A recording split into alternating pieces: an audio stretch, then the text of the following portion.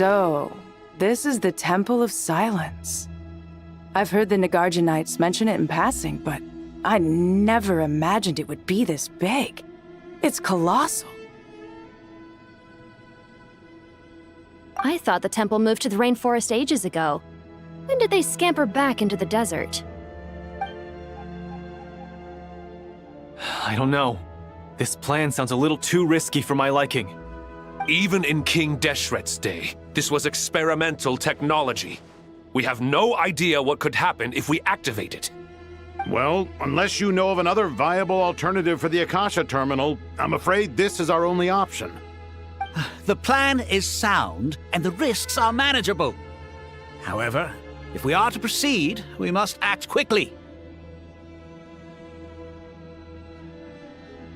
The scale of this project is enormous. Even with Kave, Faruzan, and every other scholar of mechanics working on it full-time, the proposed modifications won't happen overnight.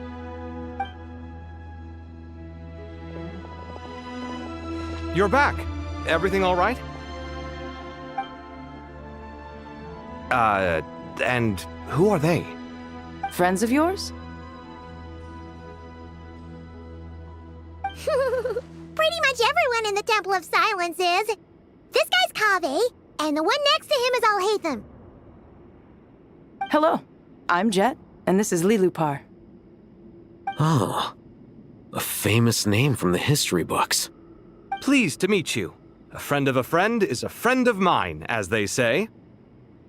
Who's they? Huh? Do people not say that? Not in the desert. Friends you can trust, but friends of friends? Gotta keep an eye on them. Still, I do trust the Traveler's judgment. I'm sure you're good people. The sandstorms have calmed down. I take it the Gurabad problem is resolved? What did you find?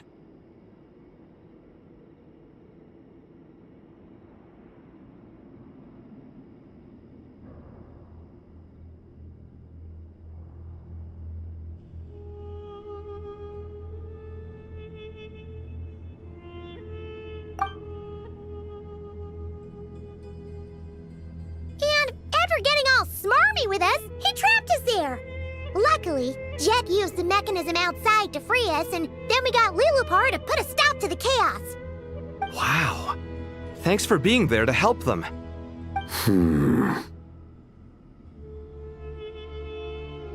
So, this mystery man openly admitted that he was merely a Harbinger subordinate. Yeah?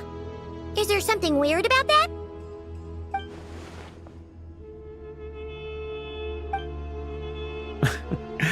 I assume you aren't naive enough to expect answers from an enemy. Well deduced. Our commander, Dottore, died in Nordkrai.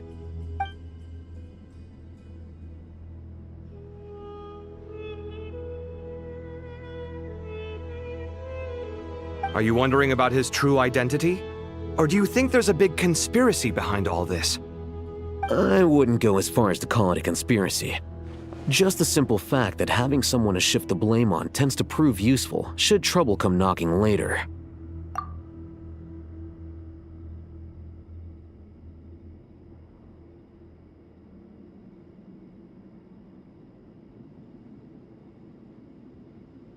The most important thing for now is to solve the immediate problem.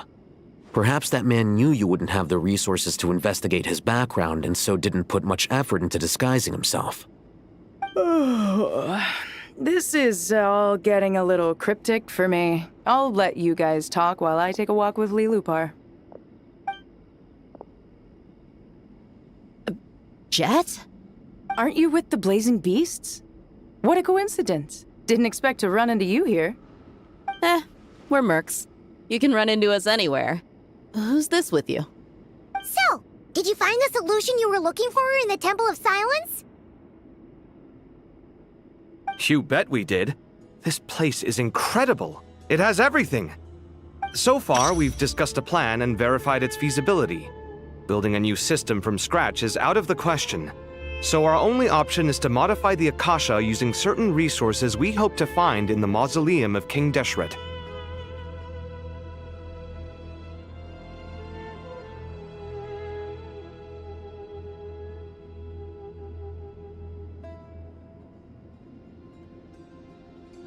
According to certain sources in the Temple of Silence, there is a core device in King Deshret's mausoleum known as Aru. Little is known about this device in academic circles, which suggests it was hidden quite effectively. If these sources prove correct, the energy contained within Aru may be sufficient to power our Akasha renovation plan.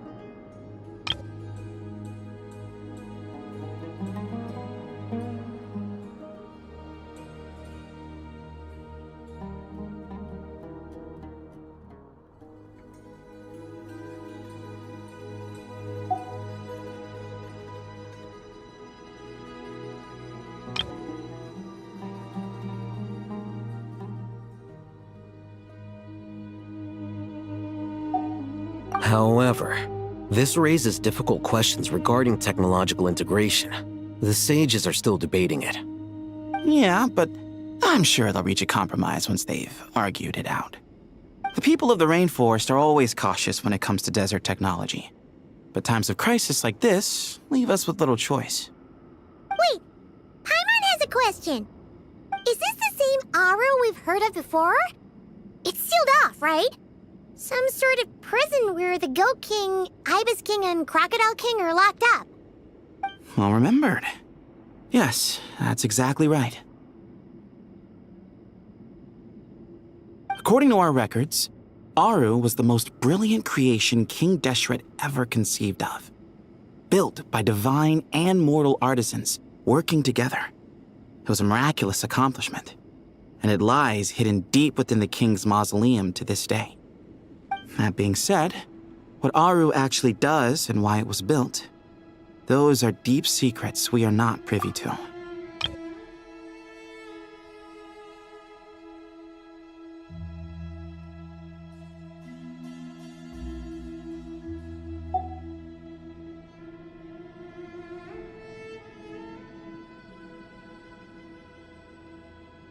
Until recently, I wouldn't have been optimistic that the place even exists. The only reason I'm inclined to believe it now is because we heard it from the Ibis King Thoth himself at his temple. The tale of how the 3 retainers of Al-Akhmar were imprisoned in Aru. Paimon totally gets that. When Paimon first heard about it, she thought it sounded pretty unbelievable too. Do you guys still remember that? The Ibis King told us they were trapped in Aru and that they had to answer 3 questions to get out. I think I remember.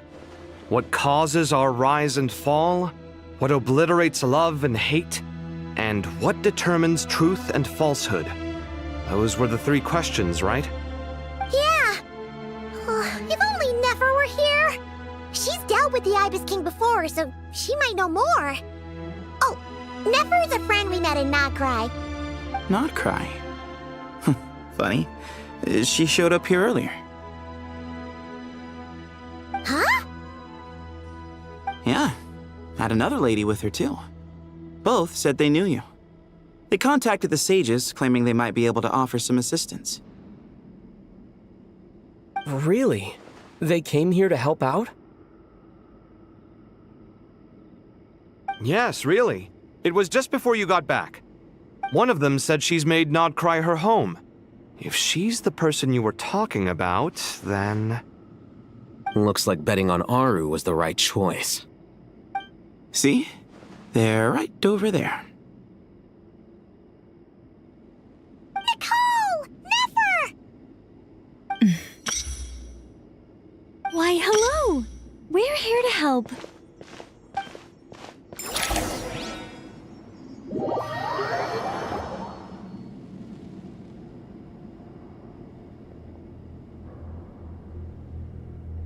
It's a good thing we left early.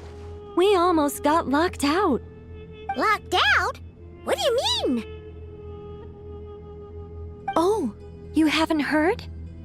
An invisible barrier has appeared around Sumeru's borders, cutting off all travel in and out. No one can leave and no one can enter. Sumeru has become a lonely island. Are the Fatui behind this too? Actually, no. This has nothing to do with them. I suspect it's a defense mechanism within Irminsul itself. Irminsul is the source of Tevat's ley lines after all, and Sumeru is the nation closest to it. I imagine this function was put in place to seal the entire region off in the event of serious damage, preventing the disaster from spreading to the rest of Tevat. It may have been implemented long ago. But doesn't that mean that the people here won't be able to escape to other nations if the anomaly keeps spreading? Currently, that does appear to be the case, which is precisely why I am here. This is a critical moment for the world, and Sumeru is the eye of the storm. Paimon's surprised you managed to convince her to come back to Sumeru. Indeed. Even for someone of my wisdom and eloquence, this tested my skills to the limit. And why should it concern me that Sumeru's in trouble? Surely you don't think I still have feelings for that place? Judging by your tone, I suppose you don't. Sounds like you don't know much about my past. And here I thought you knew everything. All I know is that the Ibis King is the source of your power. He was quite a prominent moon envoy once upon a time, so I do know a thing or two about him. As for your past, I have ways to learn the full story if I wish to. But everyone has secrets they'd rather keep to themselves, wouldn't you say? I'm glad you see it that way, Miss Nicole. I've chosen to call Nodcry home, which is why I did my part in its hour of need. That doesn't mean world savings become a habit with me. I have no particular desire to play hero in Sumeru, thank you. I understand. Human emotions do not appear and disappear without cause. There is always a reason to be found behind both salvation and destruction. Still, if time has taught me anything, it's that human emotions are often complex and in conflict.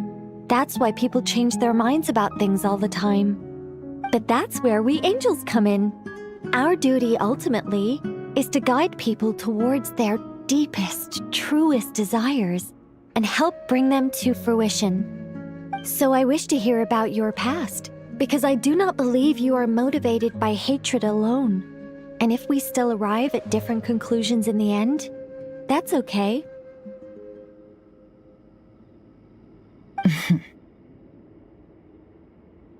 I refuse. Wait, what? But I set the atmosphere and everything. Isn't this supposed to be the moment when we finally open up to one another? Is it? Maybe I'm not so good at reading the atmosphere. You're right, Nicole. There's more to me than just hatred. Had it consumed me, I'd be left stuck in the past forever, never living in the present. But I don't think that your guidance can change my mind. The all-consuming sands, the bloodshed, both deserved and undeserved. Those old emotions cling to me like a shadow. Do you wish to shake them off? No. I hope to remember them forever. Those emotions and memories shaped me into the person I am today. They'll always be a part of me.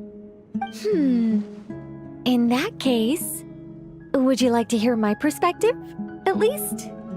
Sure. It's not every day you get to hear an angel's opinion. A long, long time ago, when the angels still walked freely upon the earth, I found life tedious. Monotonous work, lukewarm relationships. Things weren't nearly as interesting as they are now.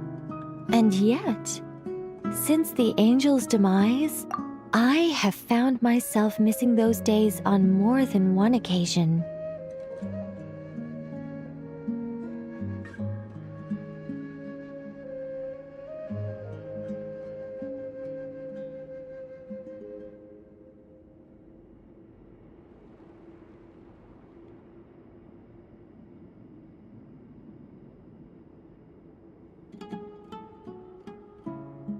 Human emotions are often attached to a person, a place, or an object.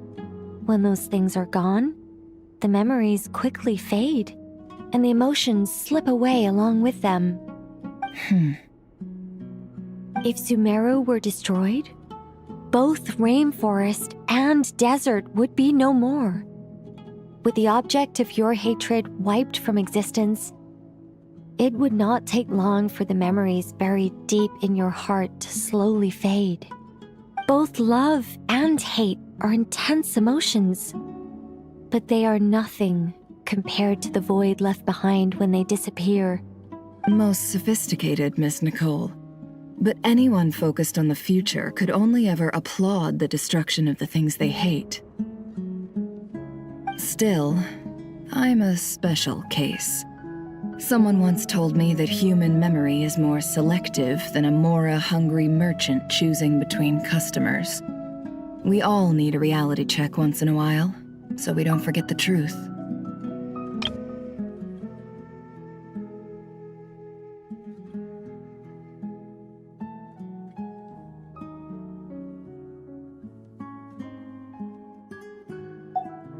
As much as I dislike Sumeru, this is no way for it to perish. All right, you win. I'll help you out a little, but I won't work for free. How much will you need? You're not gonna melt this for all it's worth, are you? What do you think? I'll be upfront with you. I don't have much more on me. If that's what you need, I could borrow some from Alice. Or perhaps I could pay in sculptures. The ones I carve are actually worth quite a lot.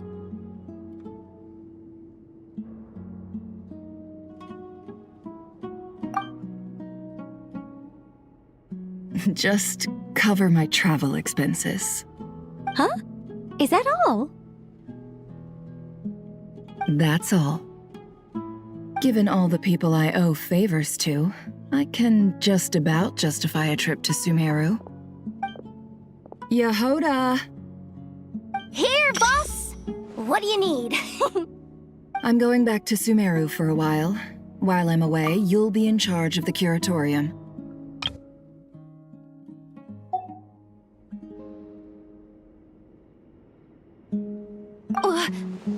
Me? I'm in charge? Whoa! Don't worry, boss. You can count on me! And that was how the ingenious Angel Nicole brought you the perfect person for the job in your hour of need. Hip hip hooray! That was far more detailed than necessary. Not lacking in embellishment either. I never thought I'd return. Especially not the desert. But life doesn't always go as planned, I suppose.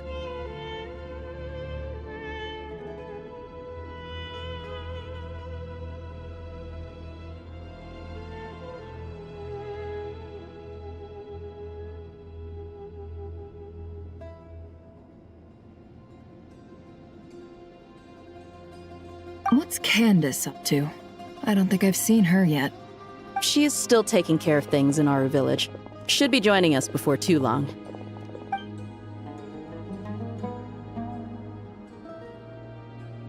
Oh, and sorry. Hope we're not interrupting anything. We have some good news, though. We're planning to go to the mausoleum of King Deshret to look for the legendary Aru, then use it to try and restore the Akasha system. According to records in the Temple of Silence, the mausoleum houses something called Aru's Chute, which can be used to establish connection with Aru.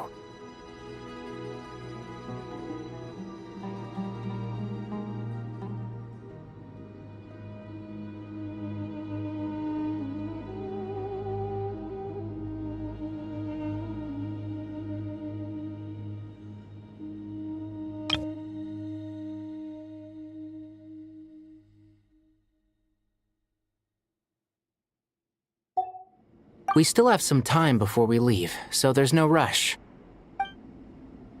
By the way, who are these two new faces?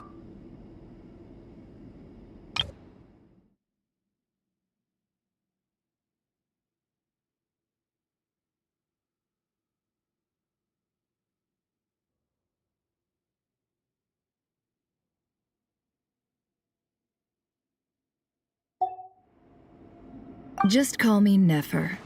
I'm based in Nodcry. Did I hear you mention Aru? Correct.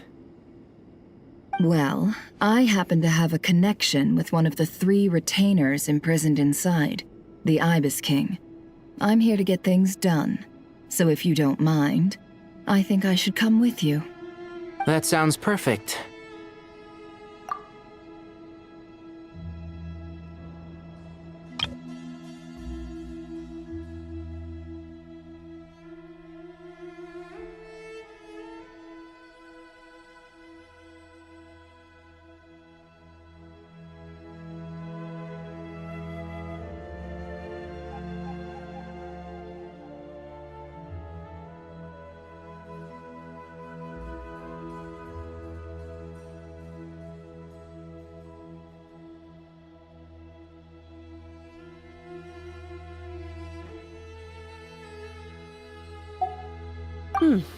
Miss Nefer, are you from the desert by any chance?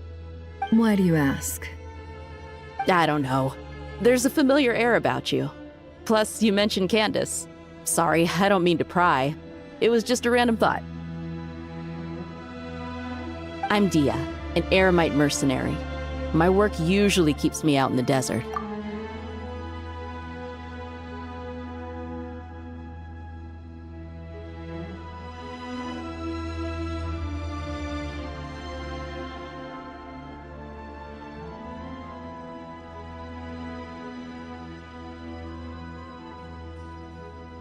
I'm on good terms with Dory, and she's mentioned you all before.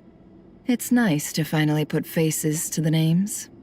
However, my associate here is probably less well acquainted with you.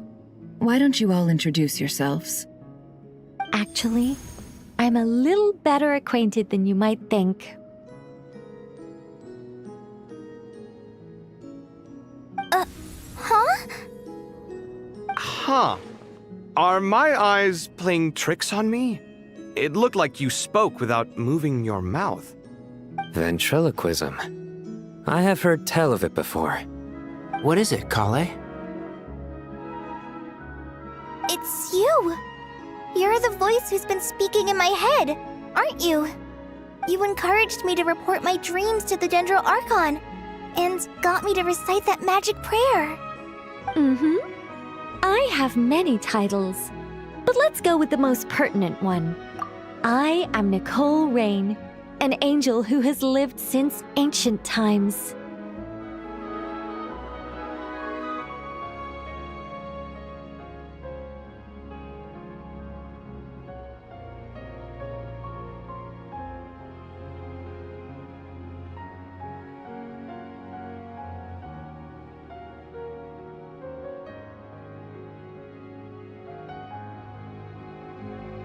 An angel? Sounds like a big deal, but, what exactly is an angel? Oh,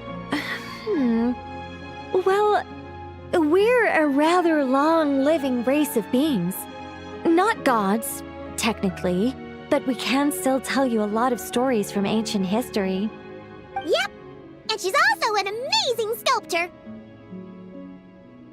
You could say she's a real creative type. Well, ma'am, if both the Traveler and Paimon give you rave reviews, you must be pretty impressive.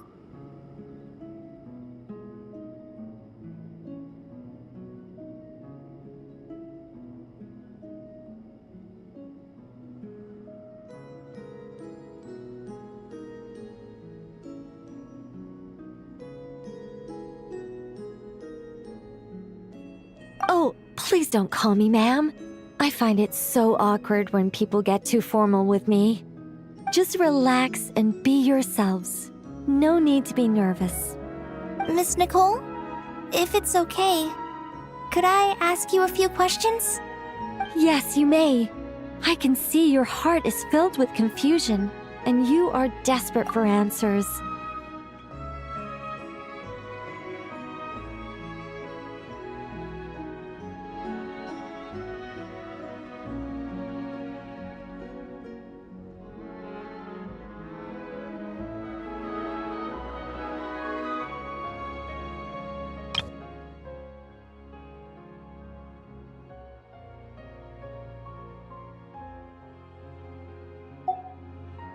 I also know which questions you want to ask me. Why did you dream of Sumeru City in disarray? Why did those verses soothe the djinn only when recited by you?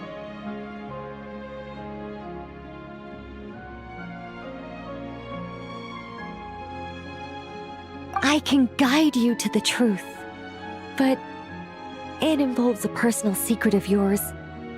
I'd prefer to speak with you alone, if possible.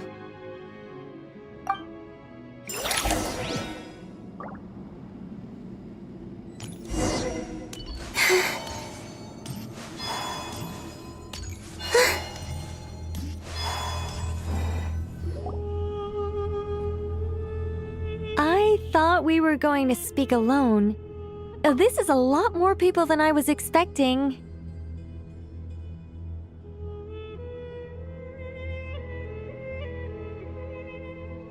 What's wrong with it? Even the doctors at Dar al-Shifa allow patients to be accompanied by family members.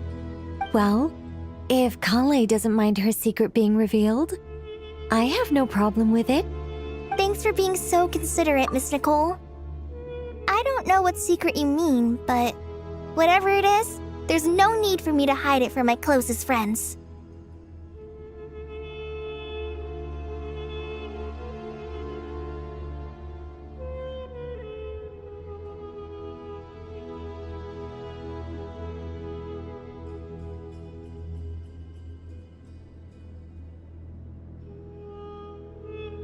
Closest friends! It's so nice to hear that. All right. In that case, I'll get right to it. Kale, are you aware that there are god remains inside your body?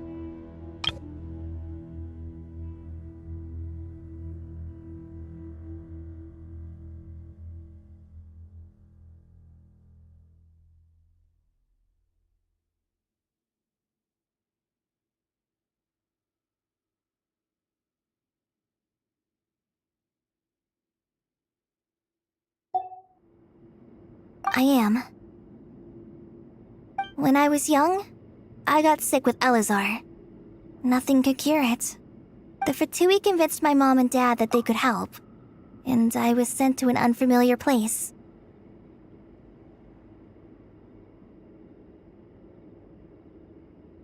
There were a lot of other kids just like me there. This creepy guy injected us with some strange medicine, which I heard contained god remains.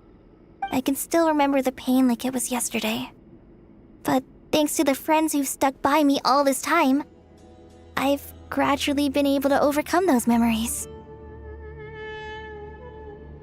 Anyway, so you're saying that what happened to me has something to do with the god remains they injected me with? Yes. Those were the remains of Nabu Malikata, the goddess of flowers. What? Huh. Fascinating. You don't seem surprised like the rest of us. Why?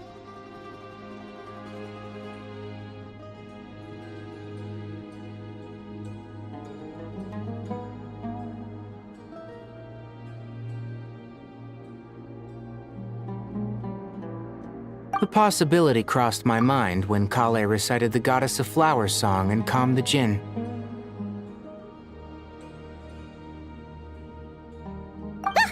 You made Paimon jump! What are you doing here, Lilupar? I was merely passing through when I heard the name of the Goddess of Flowers. Be assured that I share your surprise. You, with the hat. Are you certain? I sense no trace of the Lord of Flowers within her. Well, it is a very small fragment.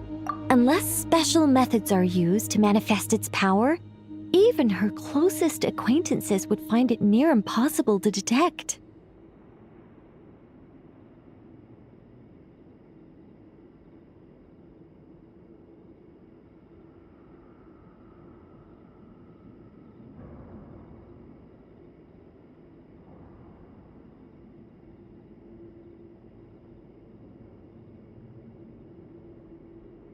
After the goddess passed away, her remains were scattered across the desert.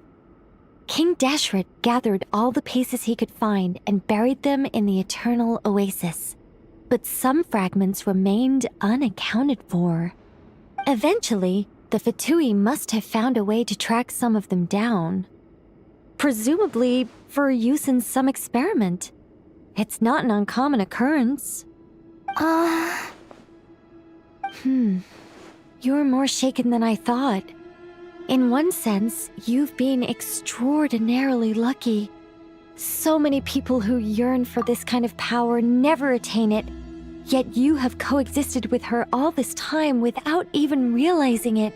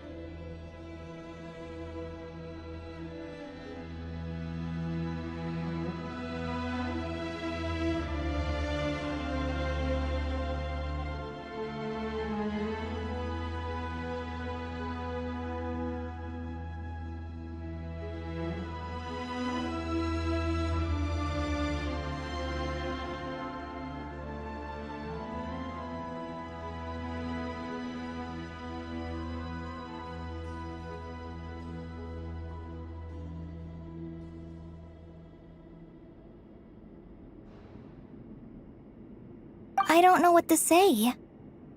I'm glad that I could help everyone with this power, really. But knowing that a fragment of the Goddess of Flowers is inside my body is... it's a strange feeling. Well, people value their autonomy very highly. Even a well-intentioned intruder can shake one's sense of self.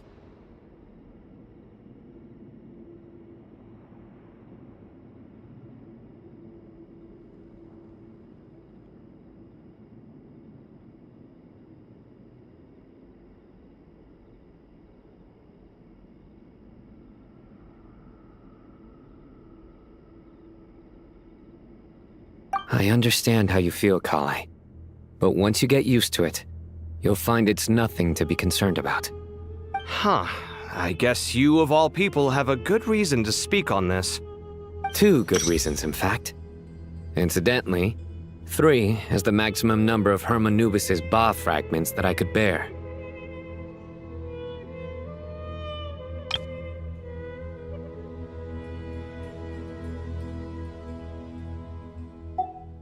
Let me guess. Because 2's company, but 3's a crowd?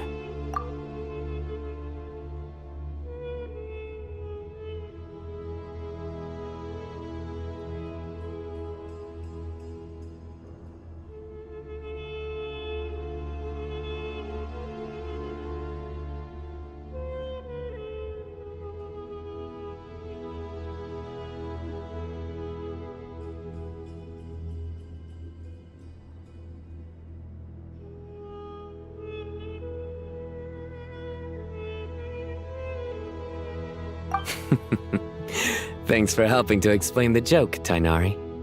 Not my intention. Goddess preserve me. I should take my leave. This boy in his wolf's head hat speaks much too differently from the Hermanubis I remember.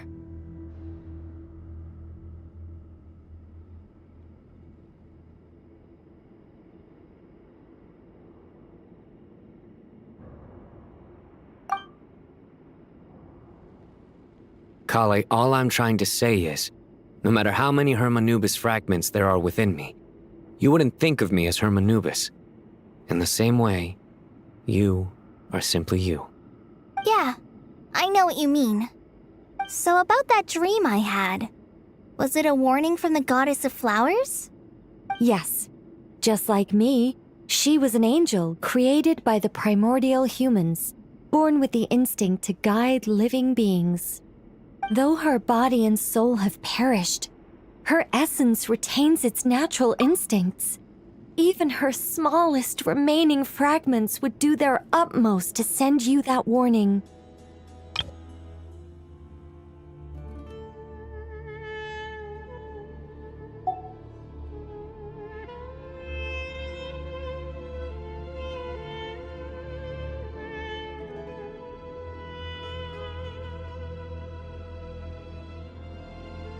The Mother of Dreams? Lord of Flowers and Oases? She must have had a premonition. That is why she gave that dream to you.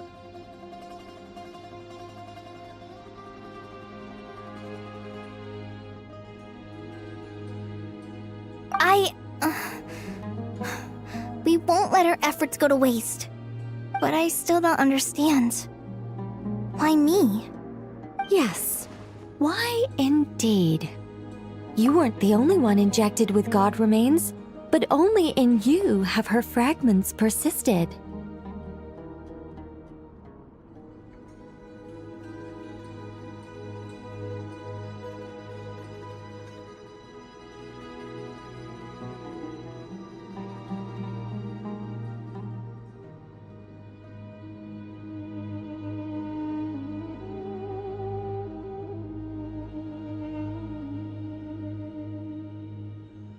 I suspect it may be because of the firm will you showed in the face of suffering. She was likely assimilated by that will. Of course, this doesn't mean you have to shoulder any extra responsibility. As this young man said, you are who you are, and that will not change.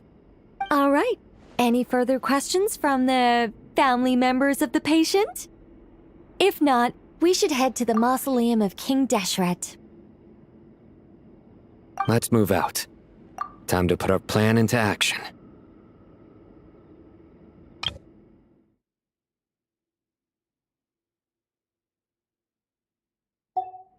We all hope it'll work. But will we really be able to open Aru? And even if all 7 pillars of King Deshret agree to let us proceed, the scale of the work to follow is daunting to say the least.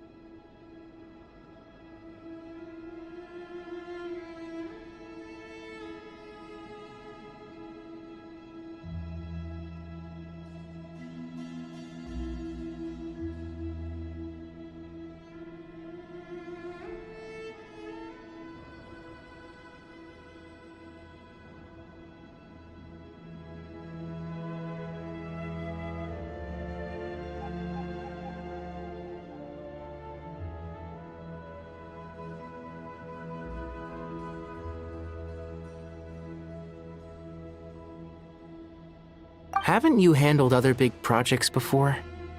I mean, the biggest project I've worked on to date is probably the Palace of Alcazarzaray, I guess? But this is orders of magnitude beyond that. It's a total nightmare.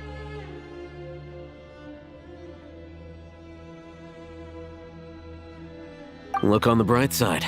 At least this time you're actually here when Sumeru needs you most. You won't have to come asking me for details after the fact.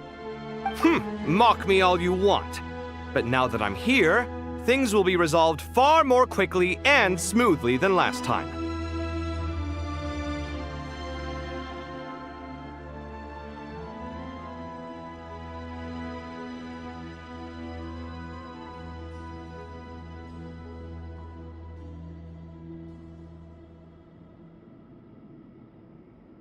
Kave's self-doubt disappeared in an instant. Like magic. Well, this confidence is most gladdening. Now, go and pack your things. We'll head to the mausoleum as soon as you're ready.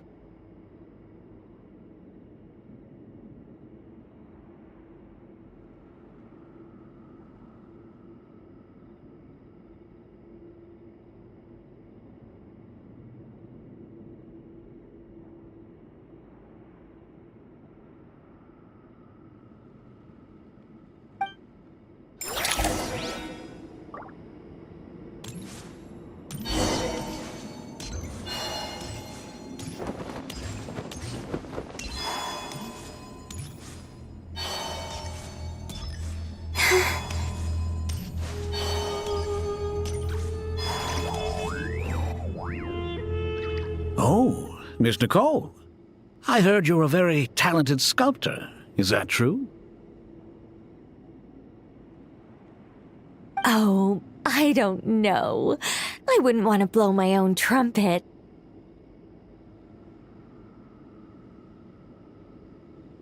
Honestly, even though Kasharawar is best known for its focus on mechanics, plenty of Kasharawar scholars are quite serious about sculpting as a hobby. So if they rate your work, that's enough for us. We just have to take a look.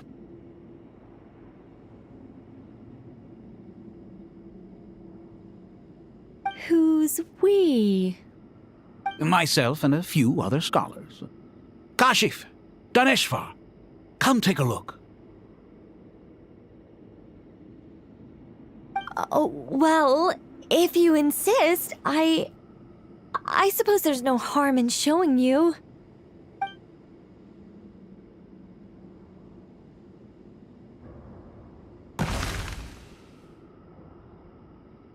Whoa! Where did that come from? Look at the level of detail. It's so lifelike.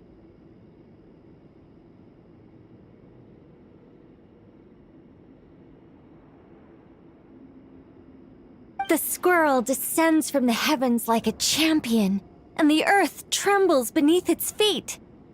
What do you think? Striking, isn't it?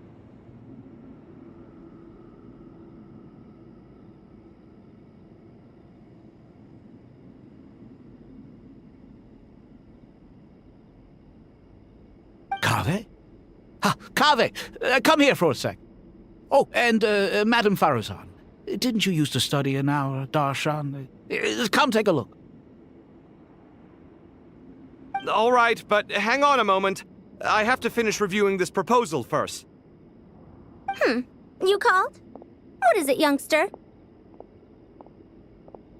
This squirrel statue. Isn't it cute? Oh, a squirrel. I wouldn't say cute per se. The realism is what stands out to me. Were you trying to carve a statue of a hero, young lady?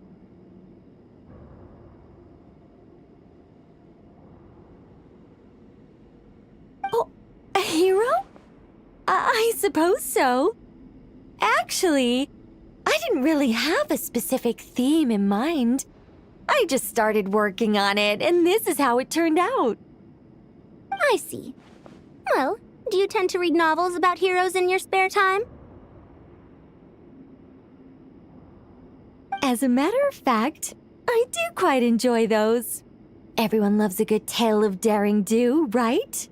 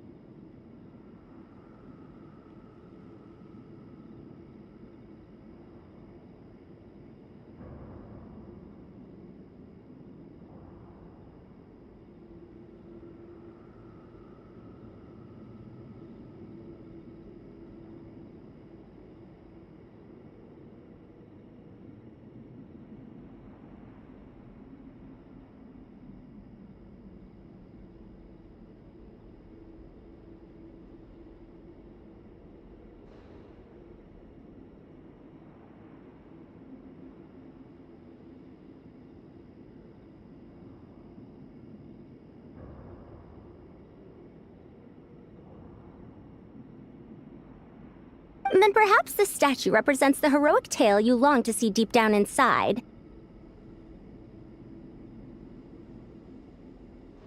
Also on the subject of heroism, I feel that if the subject posed with a finger raised towards the heavens, it would lend a greater gravitas to the overall image. I'm sure some would call it cliché or old-fashioned, but not me. I think it would be a perfect fit. It has a certain classical beauty about it.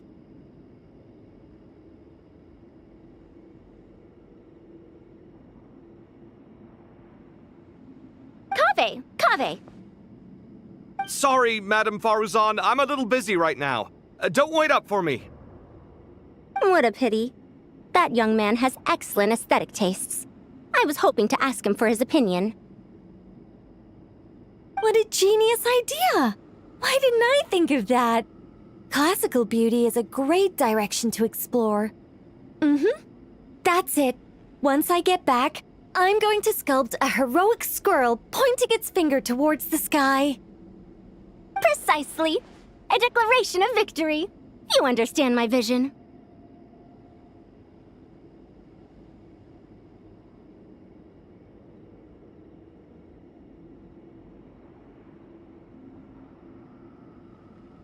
Then place the two statues face to face. Yes! That's exactly what I was thinking. It'll be a masterpiece, Miss... I'm sorry, I didn't catch your name. Just call me Nicole. Madame Faruzan? Was it? What? Oh, no. That wouldn't be right. Why ever not? Madam is a state of mind cultivated from within. Anyone may call me Madam if they so desire.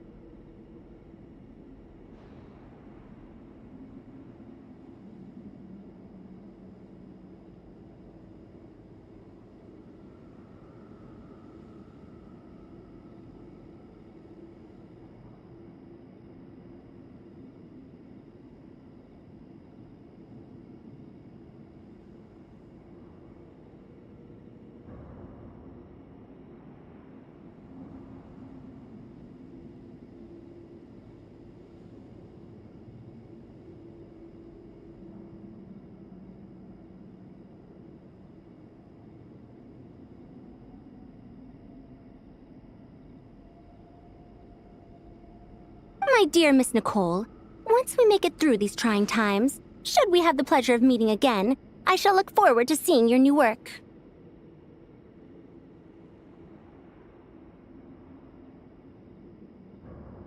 In this day of age, it's rare to find people with an appreciation for classical aesthetics. Meeting you was truly a pleasant surprise.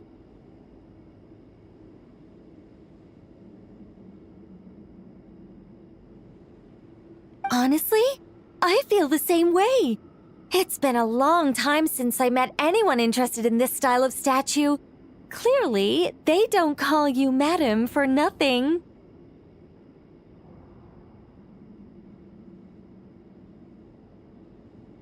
Also, I have to say, you're a very good judge of character. Because when I think about it, I really am someone who likes stories about heroes. That must be why I've quietly kept watch over generation after generation of them. Sorry, keeping watch over heroes? What exactly do you do for a living? Oh, never mind that.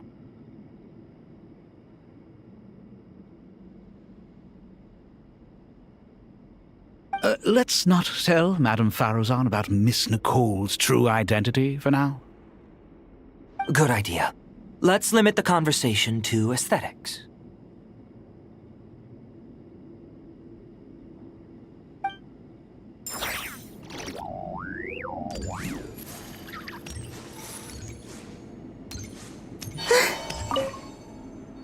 Let's not tell Madame Faruzan about Miss... Good idea.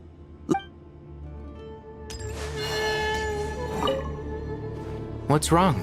You look a little depressed. Kale got a fragment of the Goddess of Flowers, and all I got was one of the 7 pillars who served under King Deshret. I lost out, didn't I? That's what you're upset about? You're such a child.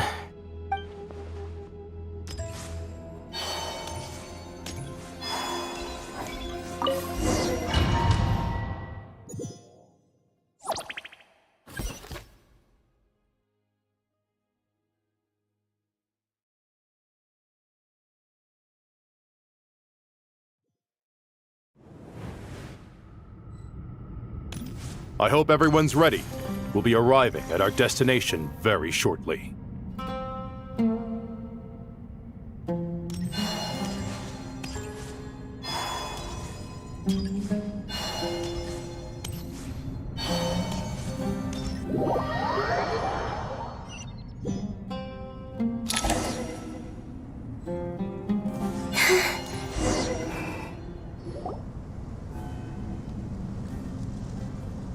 Why, we've not seen so many visitors ever, really. What is this place now, a tourist attraction? Ah, closer inspection reveals many familiar faces. To what do we dusty old fellows owe the honor? Surely you're not just here to chat. You surmise correctly. We are here to carry out a rather enormous project.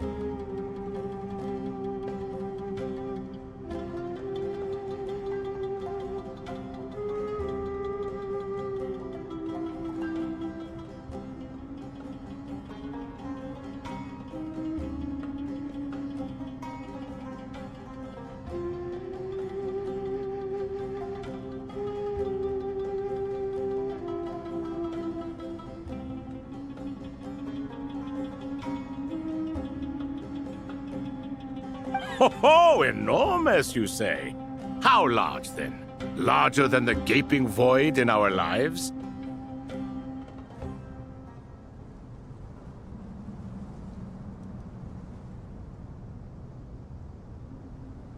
Why, you've even put a smile on Goatee and Crocco's faces.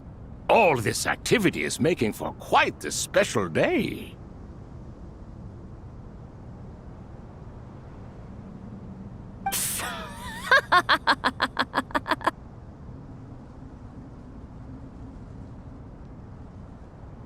I know that laugh. Lilipar? What on earth are you doing here?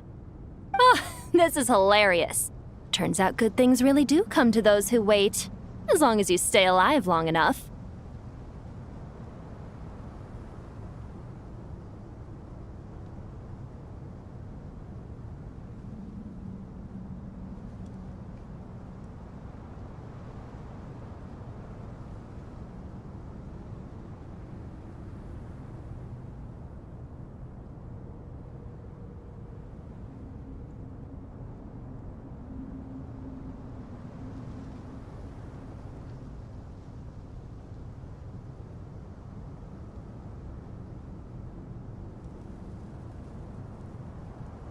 When did you three get locked up in here? And still you act all high and mighty, putting on a show for the younglings. Truly hysterical. Why, you... Yes, I know. No need to shout. You're right, Lilipar. Goatee, Crocco, and I all have the same problem. But didn't King Deshret seal you away? How did you break free, and how did you get in here? Who knows? Perhaps you can ask my master one day, should you ever get the chance. Behold, the executioners of old. Some have turned into fragments residing in human bodies, and others are imprisoned eternally, leaving not a single shard behind. It's almost tragic, watching lowly prisoners like you act all self-important. Curiosity gnaws at you, doesn't it? Your interest in the outside world threatens to burst you at the seams.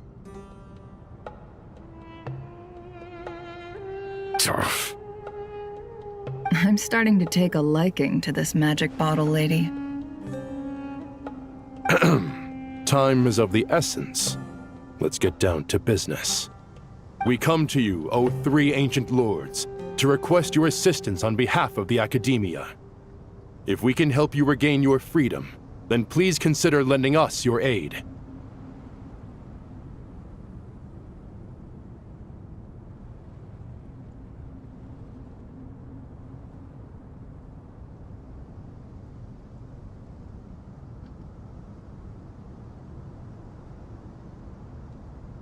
As for precisely what we need your help with, it's a long story. So, to demonstrate our sincerity, we are prepared to first resolve the problems that plague the three of you.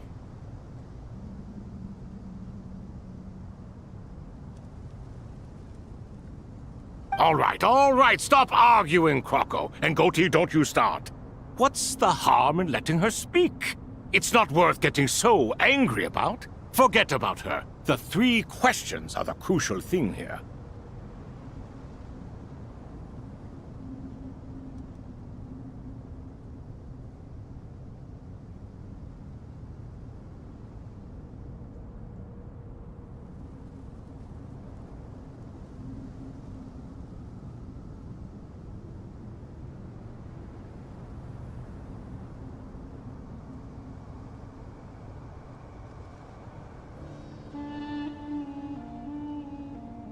But do you really have a way to answer them? You once answered the final question, Nefer, but the seal did not open.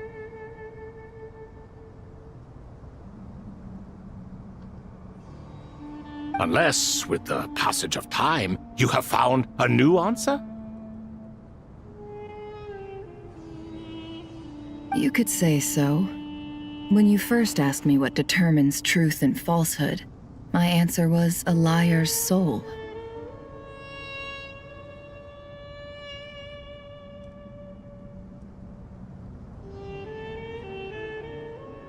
Liars are the best at seeing through the falsehoods of the world. But if you want them to tell you the truth, you have to reach their soul.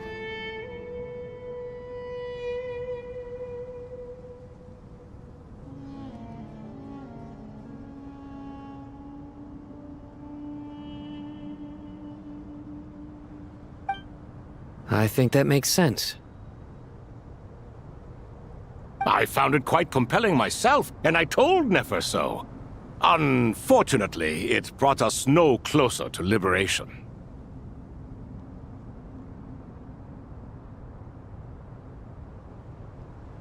Well, that's simply because it was my answer, not the one King Deshret was looking for.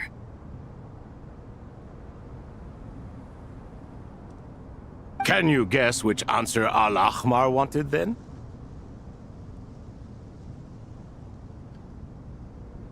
Time. And that's not only the answer to the final question, it's the answer to all 3 of them. All things wax and wane with the passage of time. Love and hate eventually fade into nothing.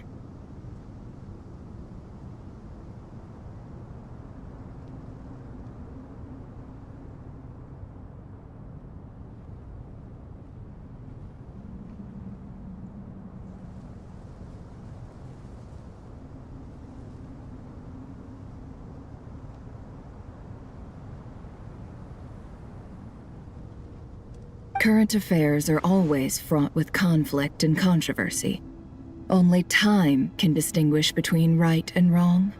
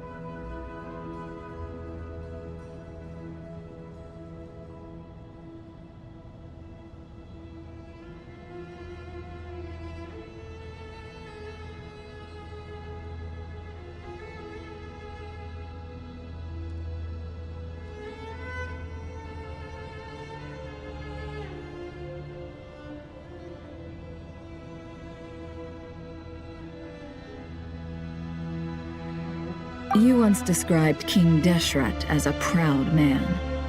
I'd say that the prouder someone is, the more inclined they are to believe that only time is qualified to be their judge.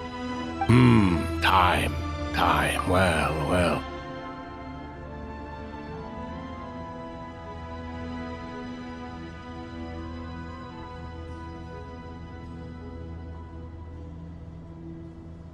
Indeed. Perhaps in building Aru, our king was in fact attempting to reverse time, to bring love and hate, right and wrong, the rise and fall of all things back to their point of origin.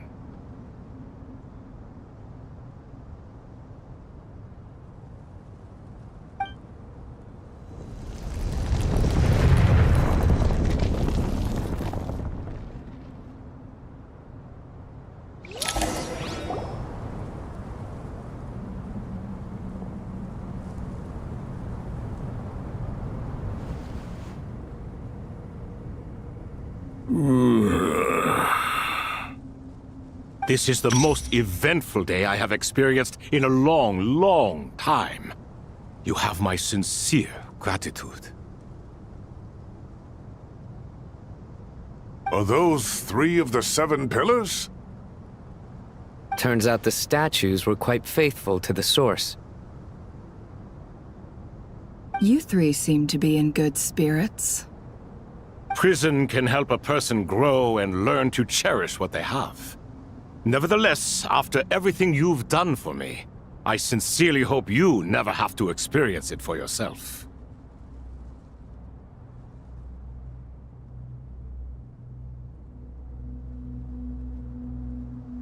Hello, Nefer. It's good to see you, Thoth, the Ibis King. Nice. Definitely puts my mind at ease, seeing you 2 getting along so well.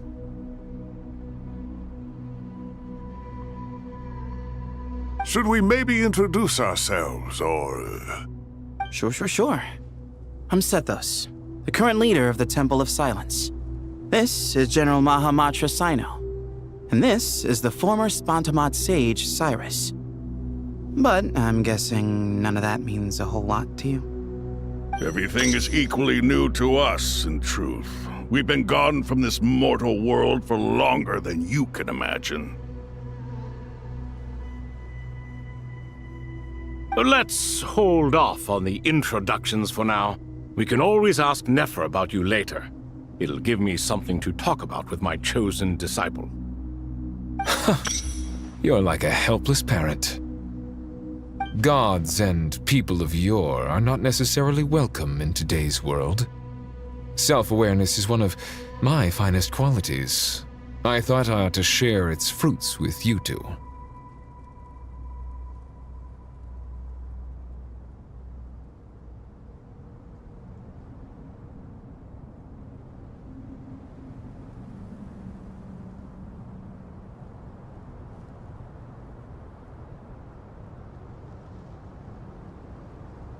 Is that so? Well, I think we'll take it in stride, just as we did with the 3 questions. Let's not forget, it was my persistence that won you both your freedom.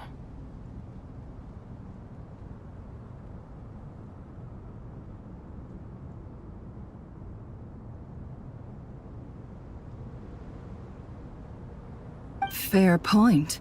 I have to applaud your persistence.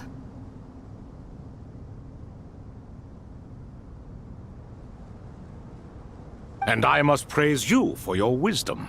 Now, state your wishes, young ones.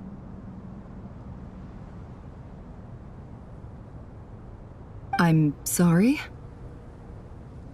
Why, your tremendous accomplishments deserve a reward, do they not? You must let us do something for you in return. General Mahamatra, what do you think? I won't beat around the bush. Sumeru is facing a crisis the likes of which have never been seen before, and we need your help.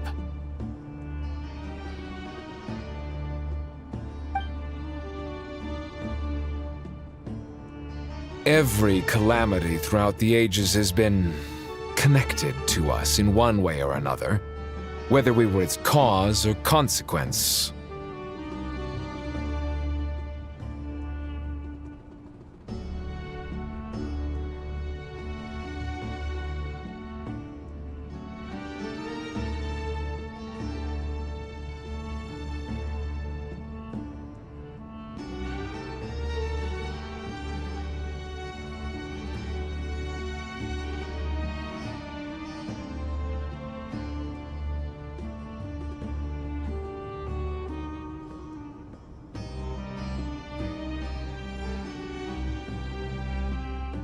Whatever is wrong with Irminsul, it severely affected the Dendro Archon.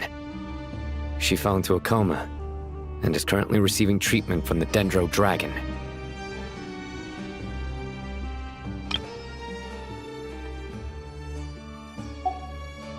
The Dendro Dragon?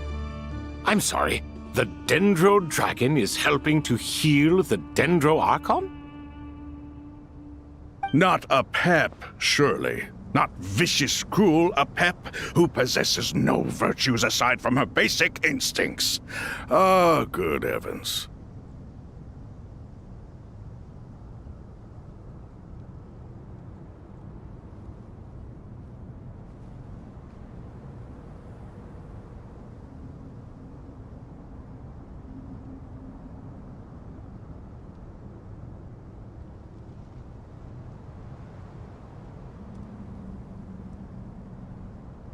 I shudder to think what could have caused Lesser Lord Kusanali to suffer such a plight. Still, why would the Dendro Dragon lend you her aid? She has always held nothing but contempt for the Archons. I suppose she and Kusanali must have some history.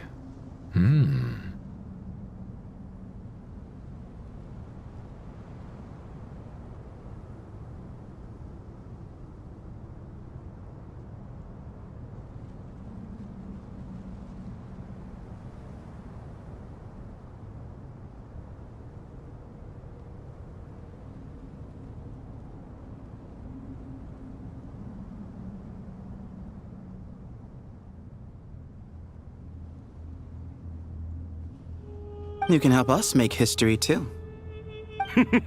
A smooth talker. Well said, lad.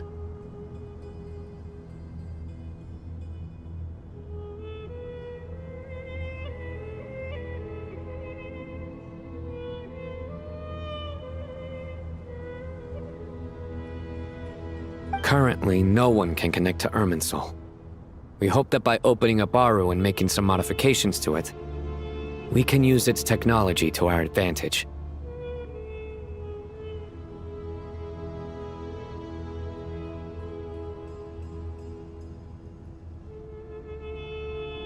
Unfortunately, Aru is an imperfect creation.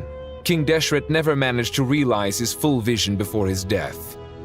Much remains to be done if it is to be pitted against Irminsul itself. Besides, I hear your reasons, but to give Aru up over such would be... The archaeological records clearly indicate that although Aru's construction took a long time, it was not beyond human means to achieve. Modern technology should solve the efficiency issues. We have no choice but to go all in on this.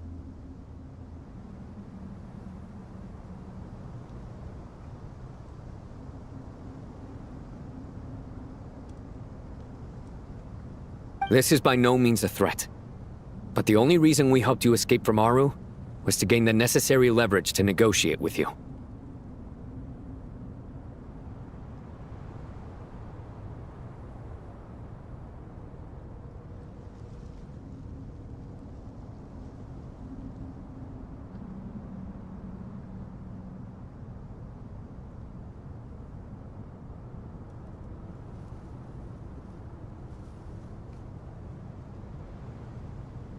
You asked us to state our wishes, and we have.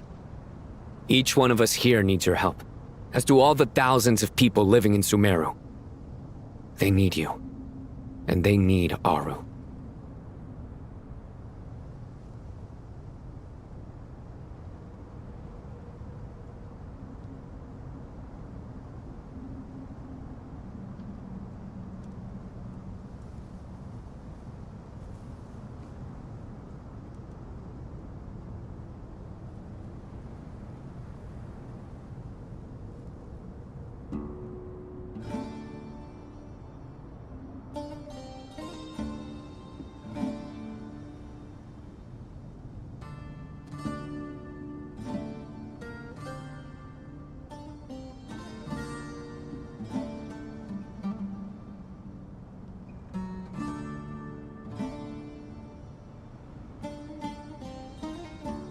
What do we think, my fellow old fogies? Shall we lend our support or not? Since you ask so nicely, naturally. Naturally what? Are you for or against? I simply mean we shall do what comes naturally. You claim that you wish to open Aru. Know you then that the golden slumber created by King Deshret is preserved within?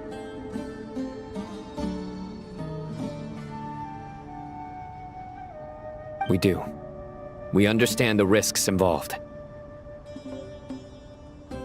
In all likelihood, the mortal world will never again be able to replicate King Deshret's work. Never will there be another chance to come so close to creating a utopia. Knowing this, are you sure of your decision?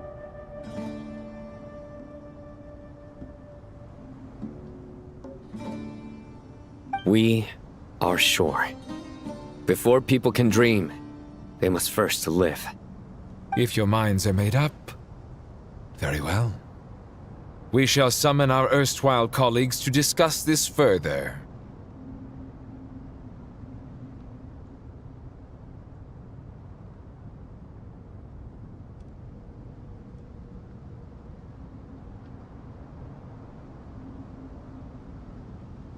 Saint Shezepank, Saint Bennu, once you surrendered to silence and were buried with King Deshret.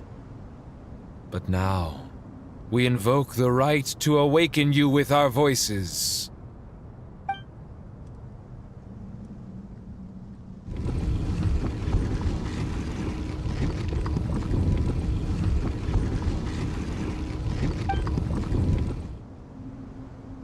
Saint Bennu, responding to your call.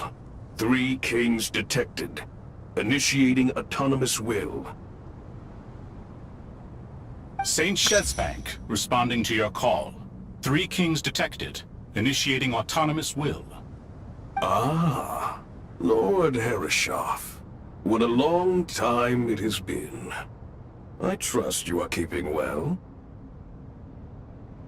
Then your trust in my well-being has long outlived your physical body. You have always opened with that same phrase, in life, death, and now even beyond.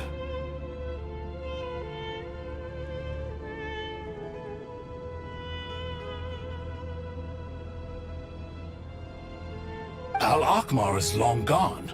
What is the reason for this meeting?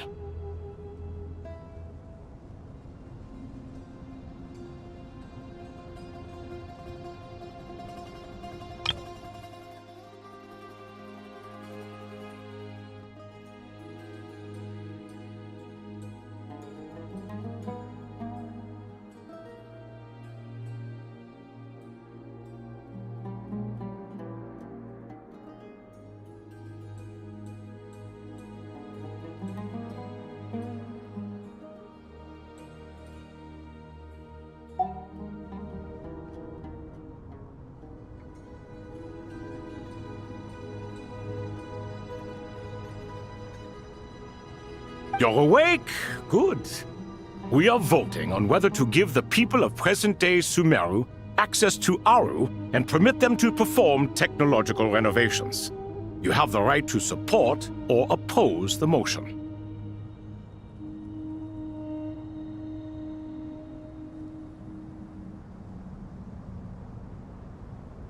Aru is the pride of Al-Akhmar. Opening Aru requires the unanimous consent of the 7 pillars. I hope you have a convincing reason to present to us. Sumeru is currently in the midst of a major calamity. Let us not forget that while Al-Akhmar was a stern ruler, he was also a teacher of wisdom.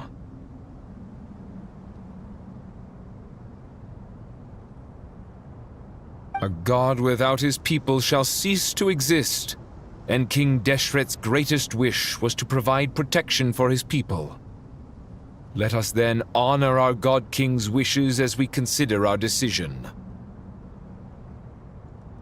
I do not mean to mock these proceedings, but what is the point of a unanimous vote when we know that the last of the 7 pillars, the Dendro Dragon Apep, will never communicate with us?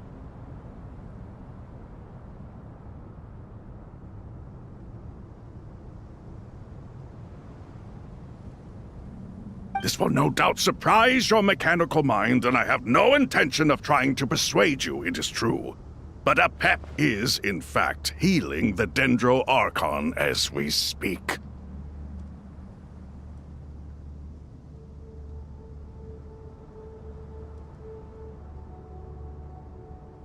Huh? Can someone attest to this? Do we have any proof?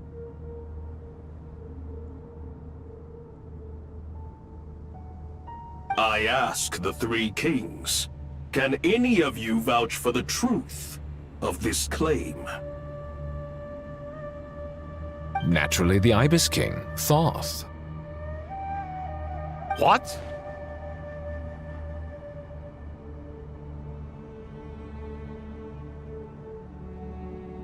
It was Thoth's disciples who revealed the truth to us. We need not debate its veracity. Simply let Thoth bear accountability. That way the rest of us may have a clear conscience.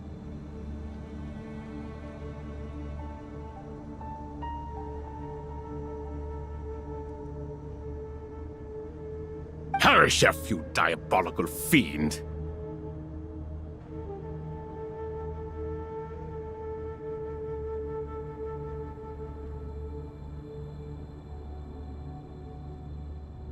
I awakened our former colleagues for you, supported your opinion, and backed your decision. What sort of fiend would do that?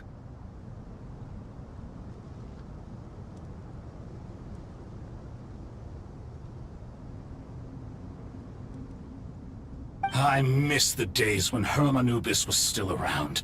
At times like this, he would offer to take accountability. What are you trying to say? Is my word worth less to you than Hermanubis's? Hypocrite though you are, Lord Thoth, you are humorous in equal measure. How could we bear not to associate with a character such as you? I, Saint Shezpank, approve the Goat King's proposal.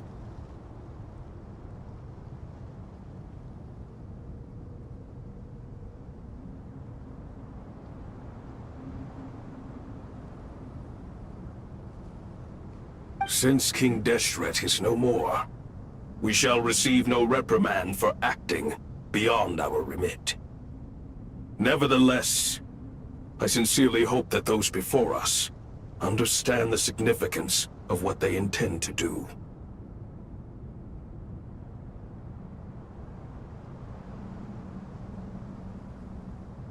Remember, the moment that Aru is liberated, the myriad souls residing within the Golden Slumber will return to the ley lines.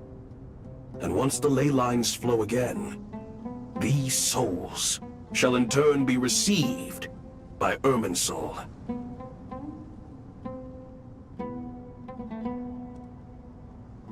To take this step is to bring the perfect afterlife created by our king to a permanent end.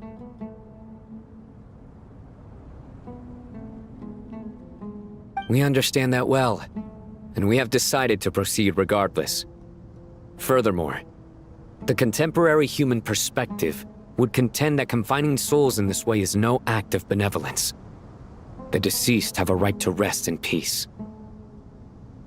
King Deshret's creation is clearly a place of rest and peace. It is just that many do not see it this way. But no matter. Saint Binu approves.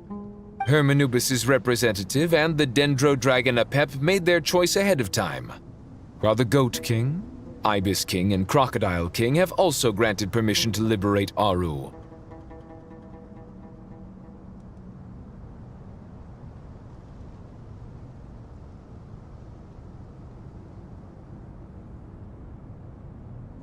By the grace of His Majesty, guided by His wisdom and will, let the gates of Aru be reopened.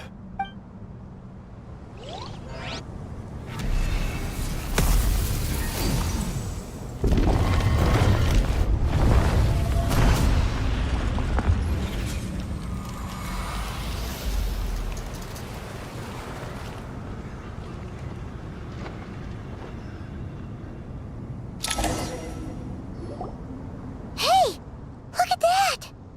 What's this? Are we under attack? No. Wait, it's...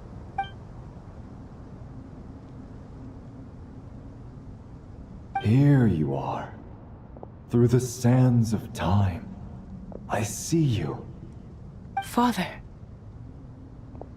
Father, is it really you? It's Jet's father, Jibriel! That's right! He entered the golden slumber, didn't he? I smell blood and sand on you. You've grown. Strong as a wild beast, and without shedding a tear.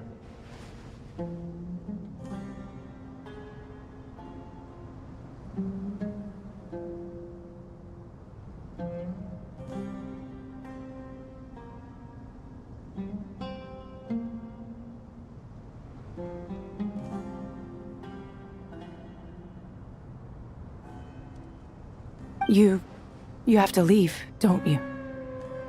Please, just answer me this. What should I do for you?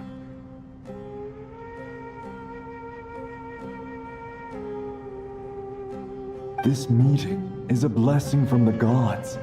My soul, once imprisoned along with that of Semail, is finally free. I am truly grateful for the chance to see you again. That the dead should meet the living is itself a miracle.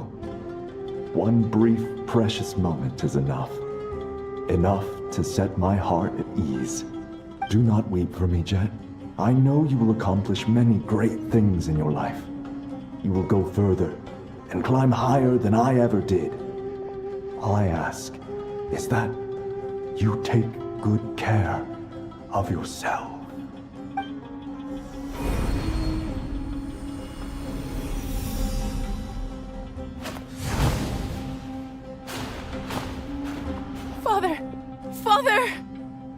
Father.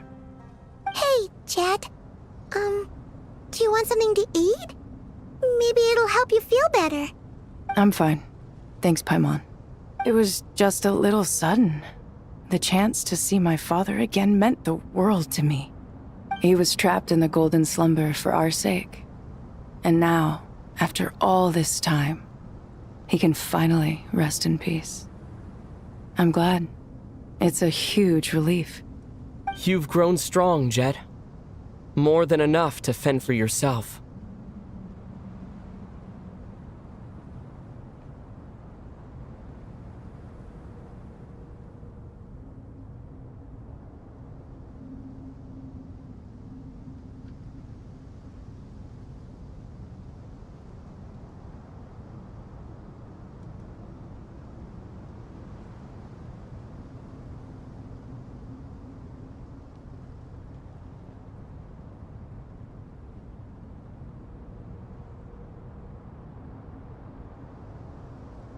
Yeah.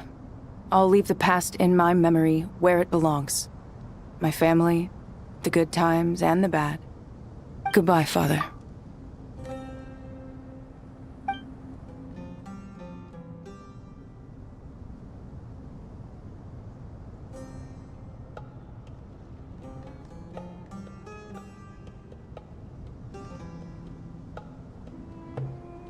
Ah, me, what a touching reunion that was. It seems we did a good deed today.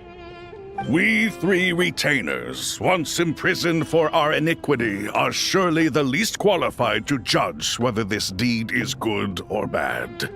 Either way, Aru is open. Now you have your opportunity, and with it, whatever trouble may ensue.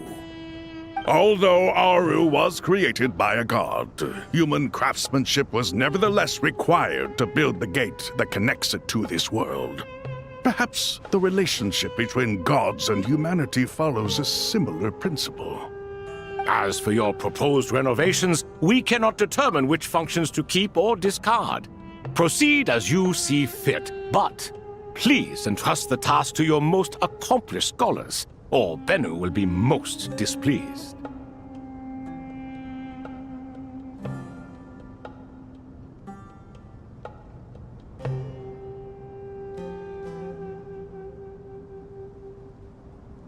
It matters not.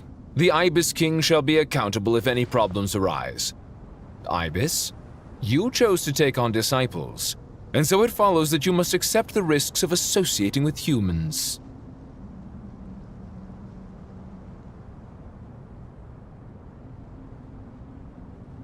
If I'd known you'd be like this, I would have locked all of you away in Aru, never to leave again for all eternity. All of us? What does this have to do with me? Vilify me no further. Scholars, since you have liberated Aru, allow me to present you with a gift. Using Aru's power, we shall install a defense mechanism at our king's mausoleum.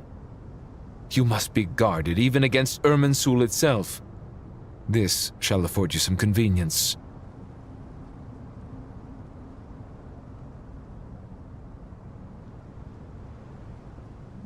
Unseen and unheard.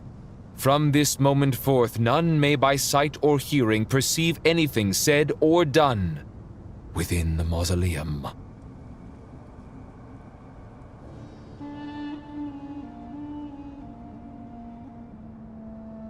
Amazing. And all this is achieved just with the power of Aru? With technology from the heavens, the possibilities are endless. Just because King Deshret did not use it for this purpose does not mean that it cannot be done. So, marvel away. This is the reward you have earned. All right. Well, that resolves the issue of confidentiality. What about the technical side? Do we have the manpower?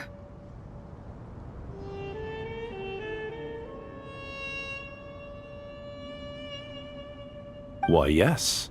I've already contacted them. They'll be here soon.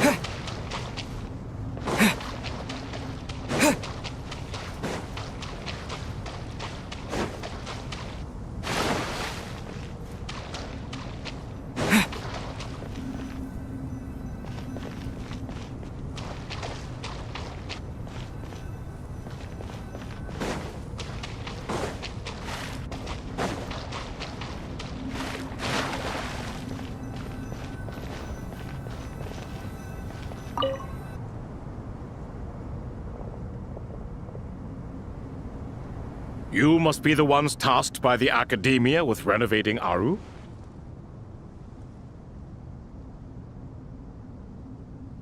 That's right. Good afternoon. I'm Kave, and these two are Termezi and Naisaburi. Hey, I'll hate them! Come and introduce yourself!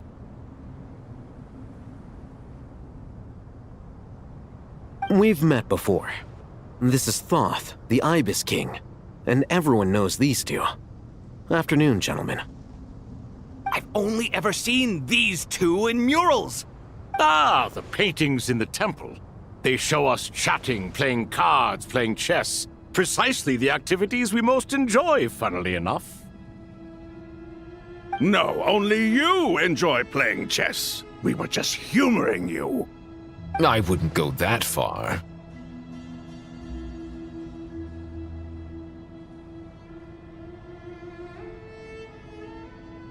Back to the matter at hand. A preliminary assessment by the Academia indicates that this project requires expertise in various disciplines, including the deciphering of ancient texts, mechanical engineering, the restoration of ancient ruins, and elemental theory. The most capable minds in their respective fields are here before you. If there are no objections, we'd like to begin our work.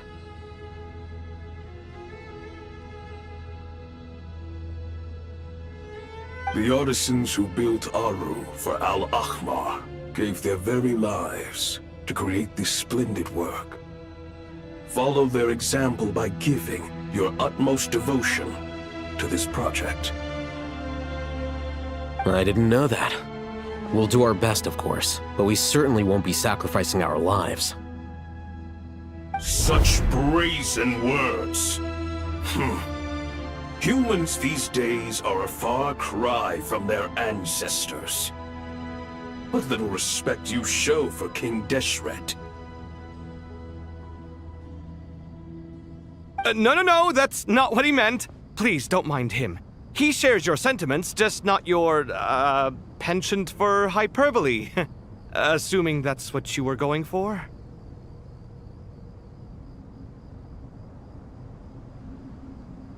I just think it's important to manage expectations. Forgive my lack of courtesy, but we simply can't sacrifice our lives to the gods on completion of the project like people in the legends of old.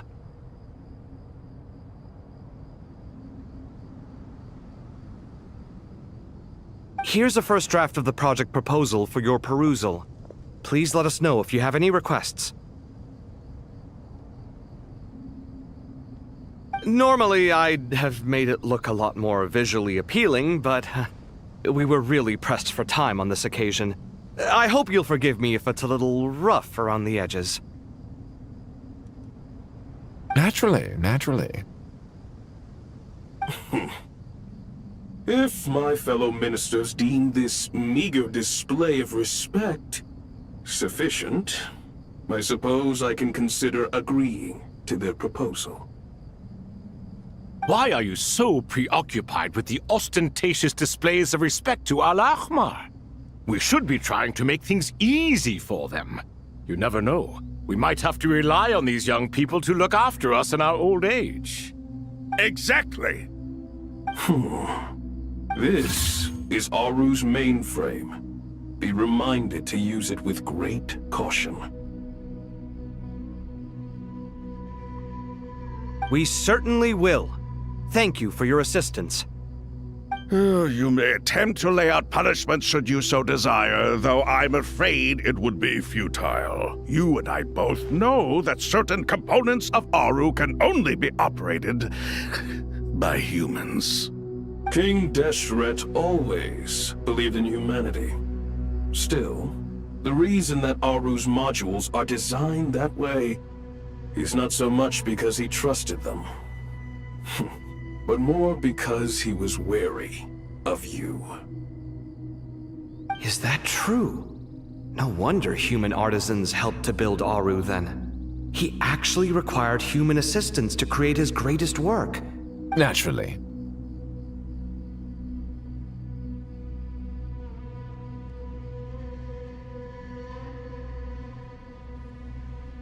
Have you noticed that the Goat King keeps giving superficial responses? It's like he's just going through the motions and leaving the real debate to his colleagues.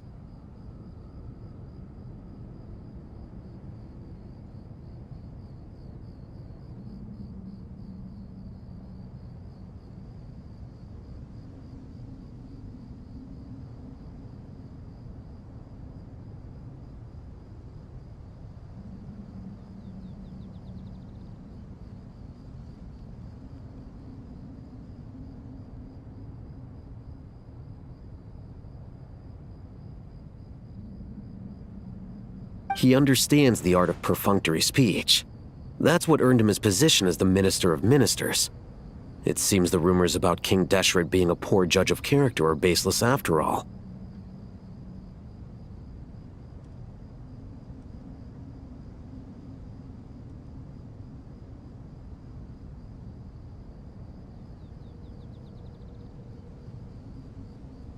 Excuse me for being blunt, but it sounds suspiciously like you're putting yourself on a pedestal and mocking me.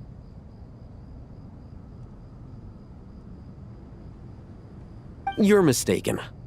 And while there's nothing strictly wrong with making every conversation about yourself, it's not exactly a positive tendency either. You? Whatever. I knew it'd be like this working with you. All right, let me past. I need to look at this console. It's your job to activate it after all. Let's begin. Everyone, please Please proceed with the external checks and preparations as per the procedures outlined in the engineering plan.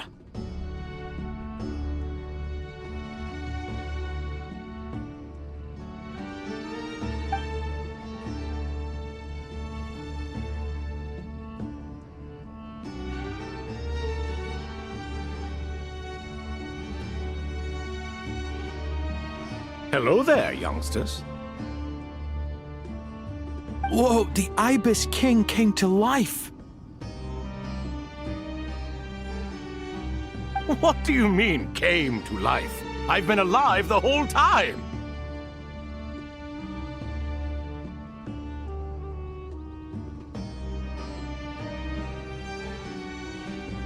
You did say we could start our research, right? Are you having second thoughts now? I've reviewed the proposal. The work you're planning to carry out on this grand device is ambitious in its scope. You have ample confidence in your abilities, I take it? I wouldn't say I'm feeling hugely confident, but given how bad things are, I'd rather at least try something than sit around waiting to die. You are the top scholars of your day. I trust you are aware that there are countless links between Aru and the Akasha? Aru and the Akasha? But I thought the Akasha was the Academia's greatest technological accomplishment, created years ago by the Dendro Archon to help her people access knowledge. And you too? Do you not know either? You've read the instruction manual, right? You tell them. An instruction manual? The Akasha has an instruction manual? The Dendro Archon is a kind and thoughtful god indeed. It used to sit on a shelf in the corner at the House of Dana. Not the most popular read. If the manual is to be believed, Aru was in fact the original inspiration for the Akasha system. what? But there are so few records about Aru anywhere. And practically none of the scientific expeditions into the desert had anything to do with it. Ah, but this is something you could not possibly have known. You may have heard many stories about the desert, but what is the most important aspect of history? Consider this a quiz. Anyone from Vahumana present? I'm from Vahumana. It's, well, veracity.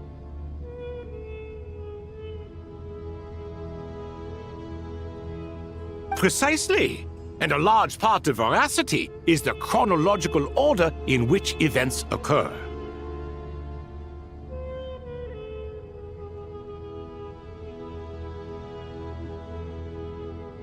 I may as well tell you.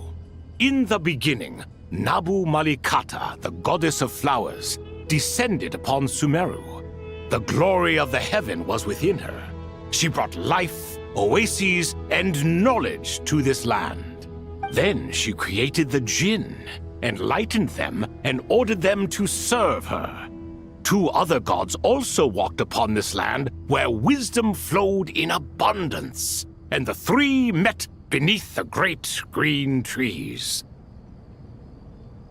It was the first and greatest alliance. We should speak with reverence of this covenant between the three, which transcended both time and life. For they promised that in Sumeru, wisdom would be shared with all.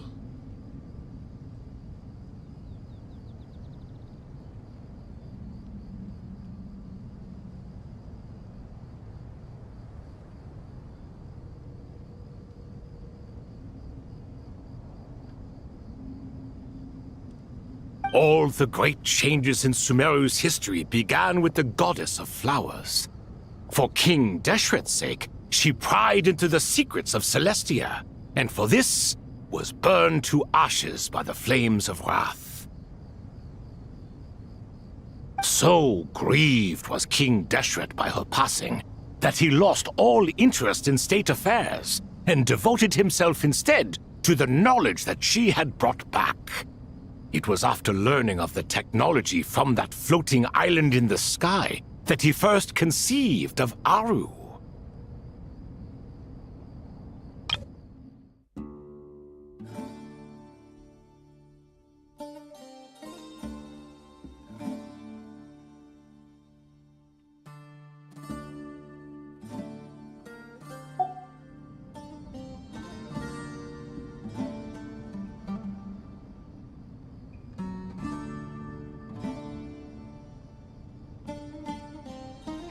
And so, the Akasha was inspired by Aru, while the basis for Aru itself came from Celestia's technology.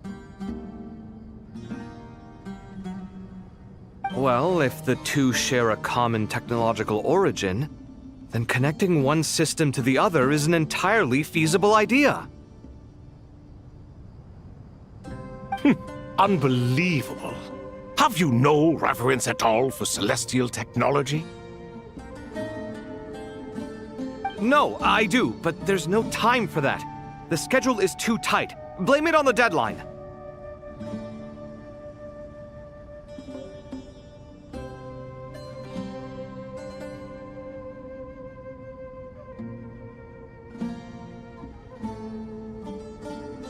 Perhaps you could try coming up with our cutoff dates.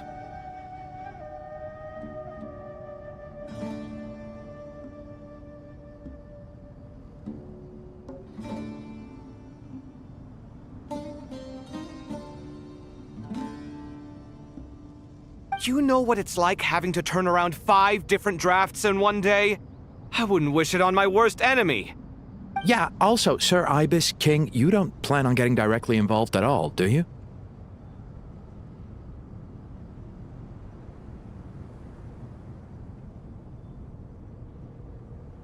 Yes, well, you strike us more as having come to give a popular science lecture. Or, wait, does this count as more of a first-hand witness statement?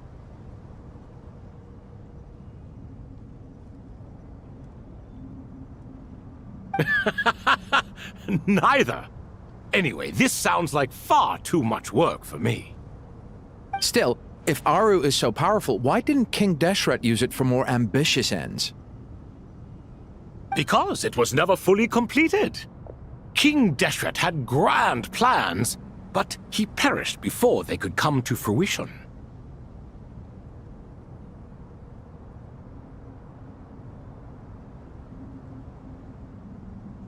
In the beginning, his wish was to create something that could rival the very world itself. The Lord of Flowers sacrificed everything for that ambition. What he desired, she bestowed, and thus was knowledge brought into the world.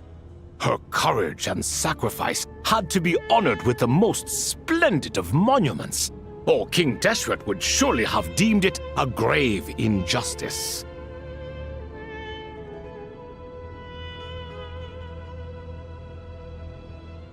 And that monument, built from knowledge and technology, etched with a sacrificial and courageous love, even in its unfinished form, it deserves to be treasured.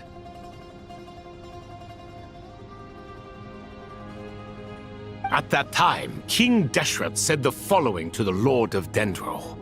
"Since we share an eternal covenant, I shall never be your enemy.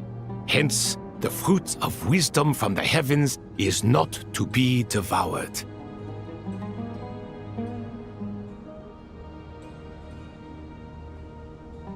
Remember, it is not that I lack the power to become the enemy of wisdom.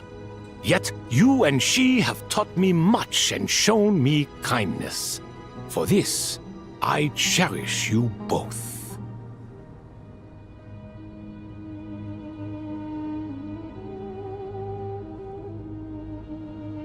In the end, Aru was only used to store a portion of the souls. It was but a primitive form of the masterwork the king had envisaged. His final hope for Aru was to return to the past, when she yet lived. So the point you're making is, King Deshret was both powerful and ambitious, and he only ceased his imperious ways out of affection for the goddess of flowers and the Dendro Archon. You could see this as an act of mercy, but you could also see it as the sentiments that lay between these three gods placing constraints on him. This was, after all, the foundation of the alliance between them.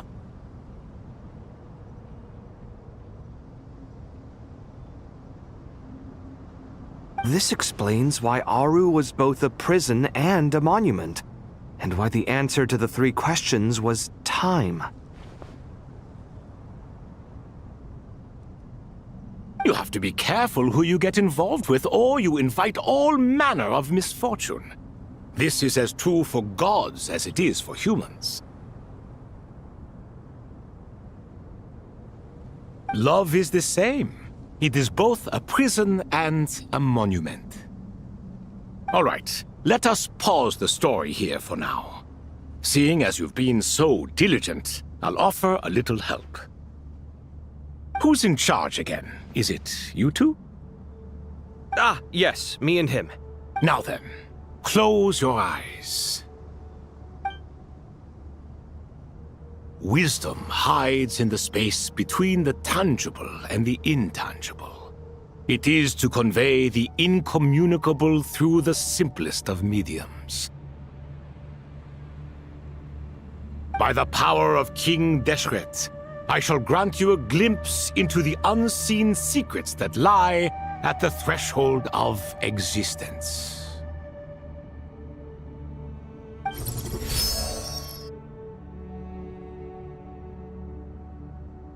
Where did this come from? Is it a new mechanism?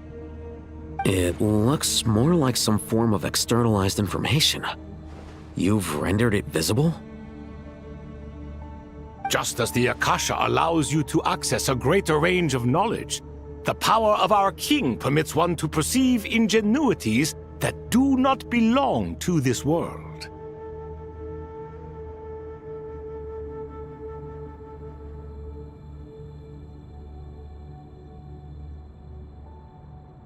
This is no ordinary mechanism. It reflects the internal structure of Aru. Whether you choose to increase or decrease, keep or discard. Come, use these to achieve the outcome you desire. Looks mechanical to me. Better let me handle it just in case. But wait, how do I get up there? Turn around. So that's where the elevator is.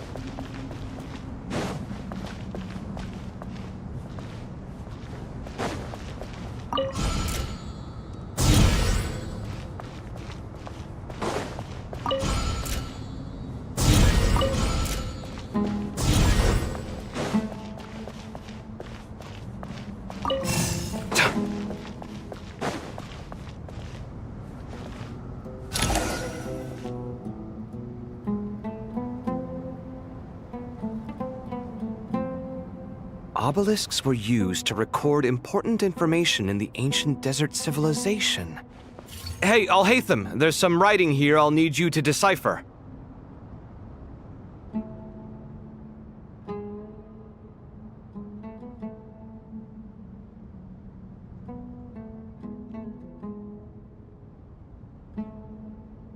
I've sent it to your screen. Do you see it? Got it. It's a little blurry, but I should manage. Take a look and tell me what it says. Oh, and I'll send any other similar text directly to you from now on. Let's start with this one. It's a variant of an older script. Here it looks like cultural information from the age of King Deshret. Let's start with this one. It's a variant of an older script. Herein lie verses written for the Yellow Sands. If so, I suggest you delete it.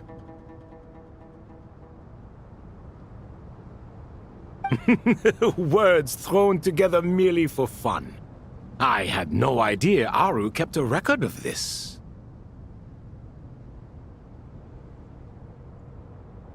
Well, as long as you're certain that this is strictly private information, that's fine.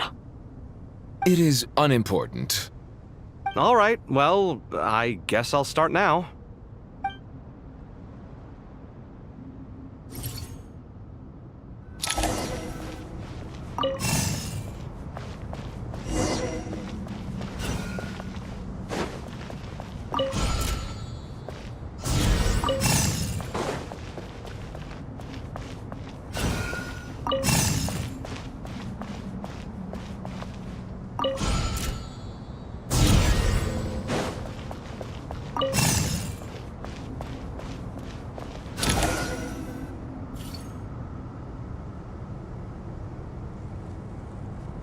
Found some more. Sending them over to you now.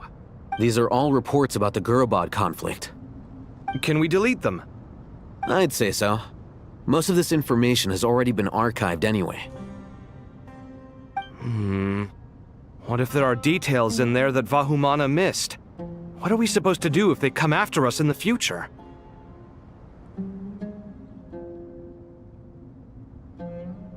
They'll just have to live with it. If we don't resolve these issues now, there won't even be an academia in the future, let alone a Vahumana Darshan.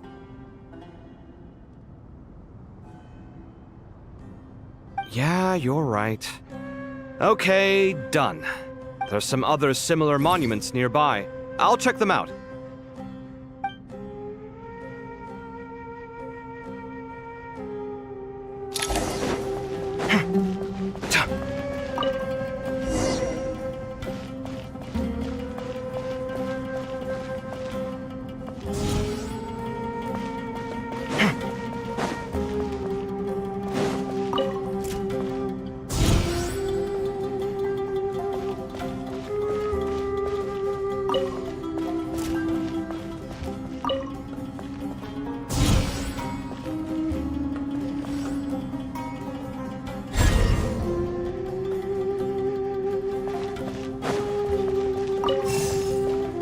Come at me!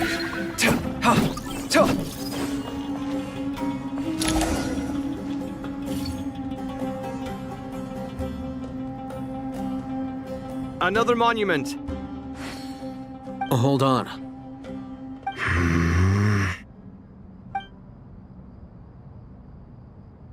You're still reading it?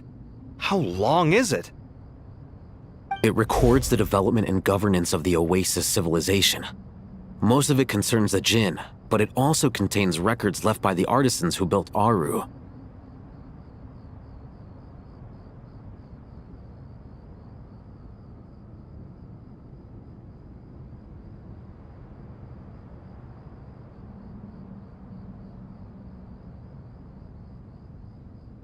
Is it important? Some of it. There was no way for me to read the whole thing in its entirety, so I had to rely on my intuition to pick the parts worth keeping.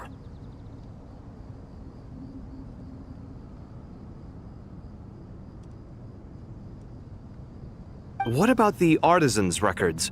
What do they mention? They're speculations, mostly. For instance, they were wondering how to protect themselves if King Deshret decided to silence them after the construction of Aru was complete.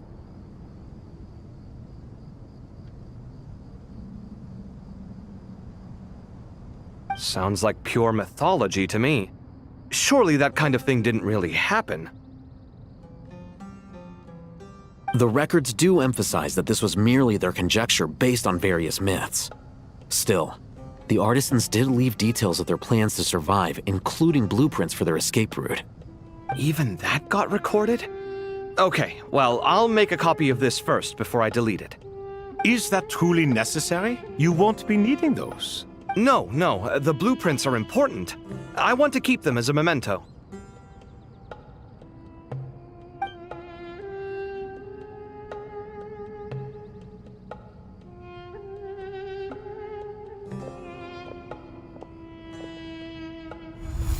I think that should just about do it. It meets the requirements of the contingency plans, so we should be good.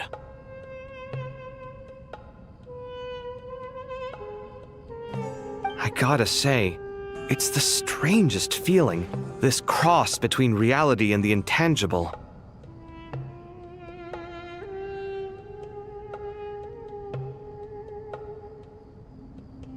It's like drifting between life and death, or in and out of a dream, using my own hands to manipulate illusions that are forever out of reach.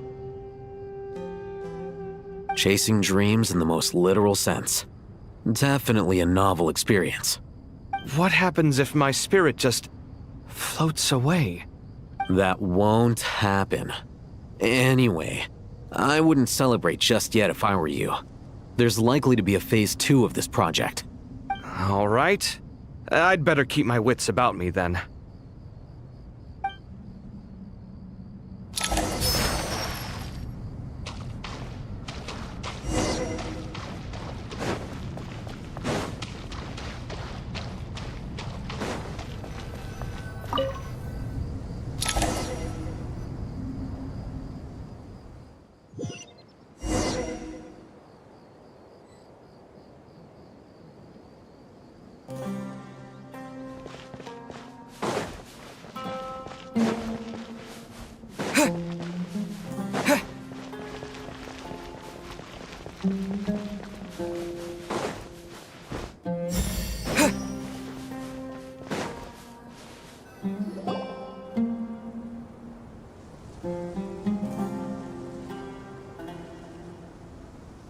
Traveler from afar, do you worry for the fate of Sumeru as well? Whoa!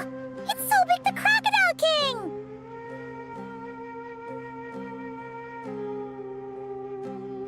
Greetings, Crocodile King.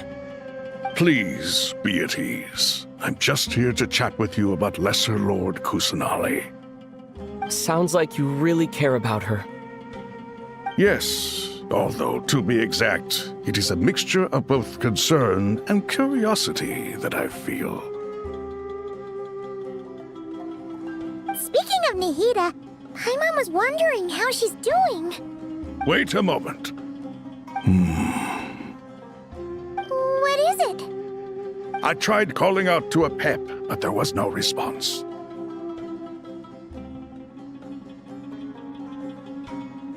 This can only mean that she is focusing all her energy on taking care of Lesser Lord Kusanali. All the gods who served King Deshret seemed super surprised to hear that Apep agreed to help Nahida. Guessing she made a bad impression on you or something. Are you aware of the history between her and our king? Then you are learned indeed. I'm glad to know that Sumeru has the support of someone like you.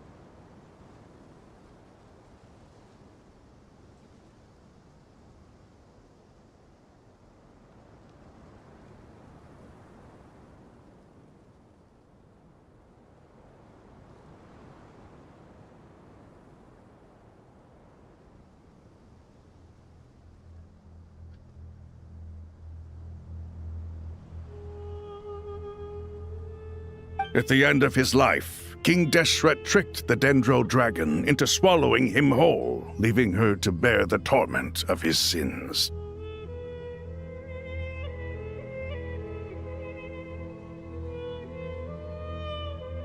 The Dendro dragon despised King Deshret, yet he outwitted her. Rather than bringing disaster to the land, he chose to deceive her and thereby ensure his annihilation. An act that surely displays his love for humanity. The Dendro dragon stands for the glory of a bygone era. She hated Al-Ahmar and what he represented. All the gods, all the power they wielded. And so, her willingness to help the Dendro Archon through this crisis comes as a great surprise indeed. It makes one wonder whether, perhaps, the Dendro Archon assisted her in the past. Yep, Nahida did her a huge favor.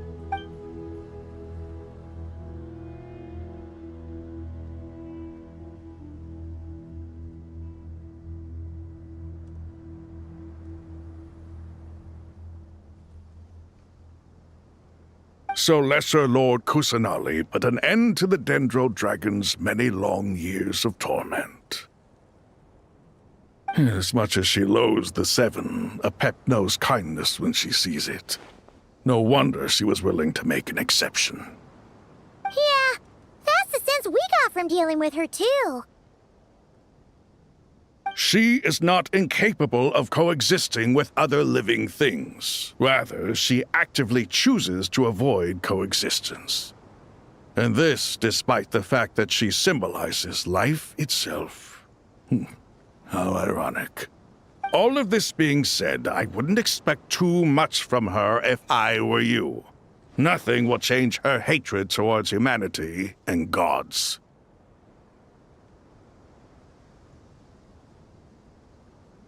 We'll keep that in mind. Anyway, how much longer do you think Nahida needs to stay with Apep? For all we know, the Fatui might still be in the desert. Just to be on the safe side, why don't we grab anyone who isn't busy right now and go look for her? I'm alright, Paimon. Huh? Was that Nahida's voice? It seems the treatment was effective. Since when do my deeds require your evaluation?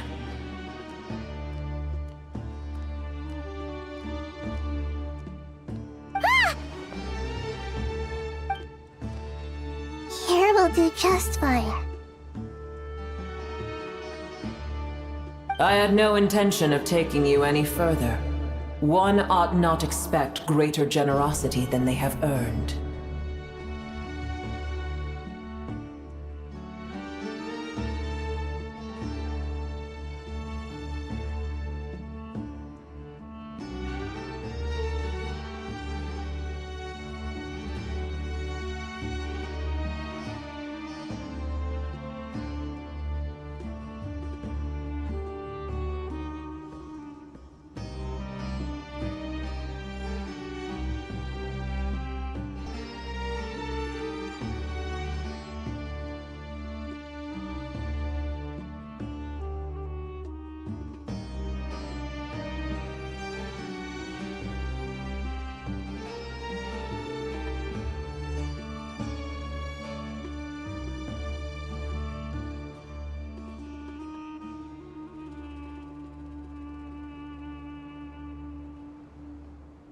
You always hide your kindness away like an oasis within a sandstorm.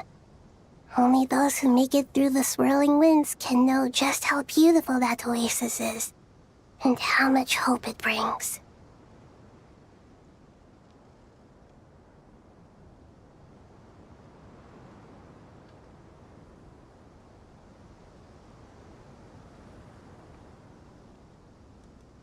You dare appraise my being?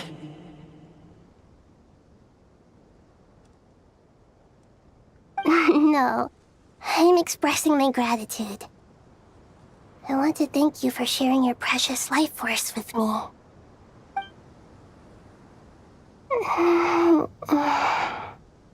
Awake already? You are more resilient than I thought. Pep. I feel much better. Thank you. Gods and their gratitude mean little to me. I would rather you give me your assurance that the situation with Irminsul and Sumeru's ley lines will be competently managed. If I suffer any ill effects from the ley lines, you, as the god of this land, will be held responsible. And you would not enjoy being held to account by me. I understand what you require, but I would assume this task even if you did not demand it. Sumeru is my responsibility. I must resume my duties as soon as possible. A farcical notion. God of Sumeru, I hope you realize how unextraordinary your strength is. And yet, maybe it is precisely what defines me. A god of wisdom is not meant to rule by force.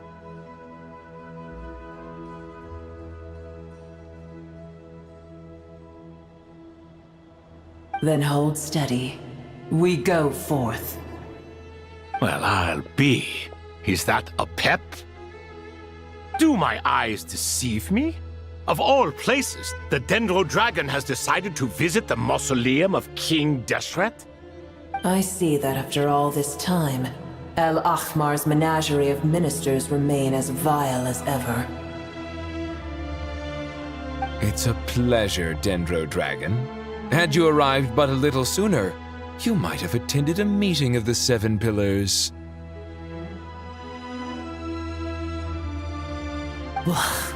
What a nauseating thought. You are not the first insects I have had the displeasure of dealing with today. A swarm of them tugged on my tail on my way over. Goodness knows what hovels they crawled from. Why do all the creatures of this world remain so lowly after all this time?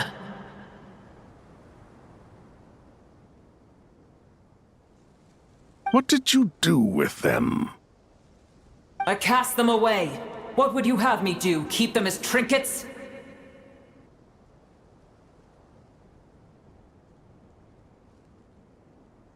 Boer, this is where we shall part ways.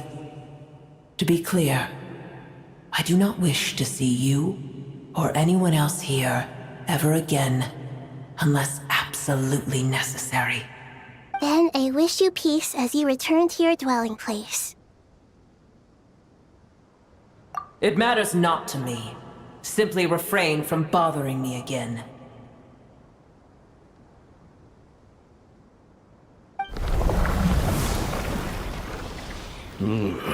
A force to be reckoned with.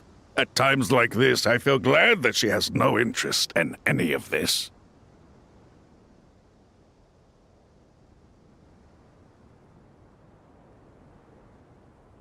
Hold on, just hold on, okay? We're almost there. We made it. Huh? Wait, that voice! It's... Uh-oh, I'm gonna fall. Huh? Wait, that voice! It's...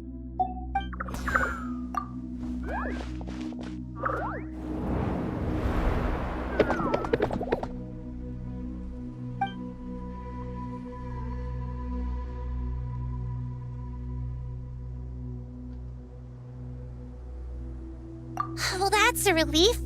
A pair of safe hands indeed. The Dendro Archon's familiars. They are the last thing I expected to see here. Huh? Wait, what are the Aranara doing here? Don't you guys hate the desert? Obviously I was worried about the Dendro Archon. I've been supporting them with my Pari powers the whole way here. Oh, you seem pretty nervous. Is it because there are too many people around? Not just people. It's all these non-human beings, too. It's hard on them.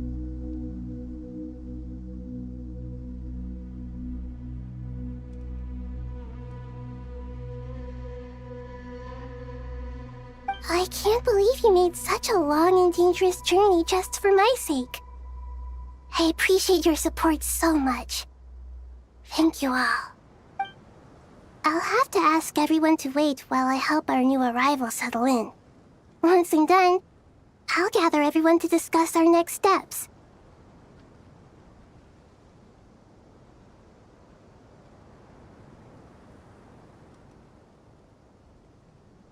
Traveler, Paimon, shall we find a place for our friends to stay? Awesome! Let's go! Well, first I have some questions. Okay, I think that covers everything. Thank you. We can get going now.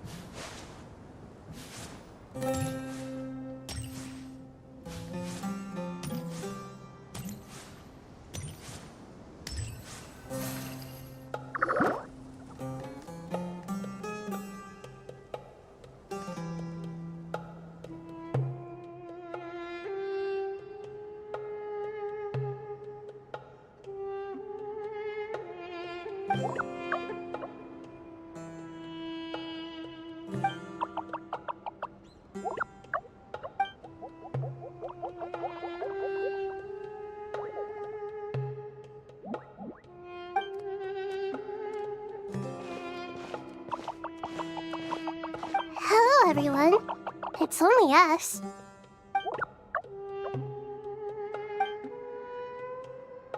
It must be very tough for you coming all the way out here, especially since you don't like the Voluka. Is everyone back in Vanarana doing well?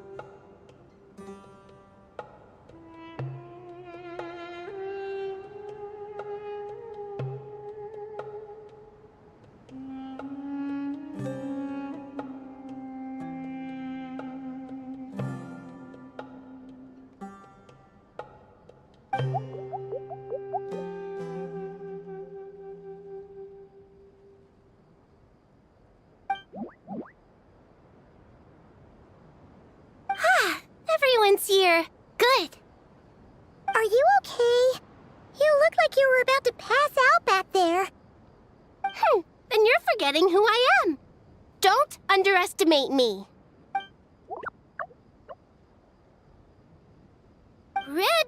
Oh, excuse me! Are you comparing me to Paimon? I suppose everyone is gathered here because of me. As we can see, the situation is critical, and everyone is very busy with their various tasks, so...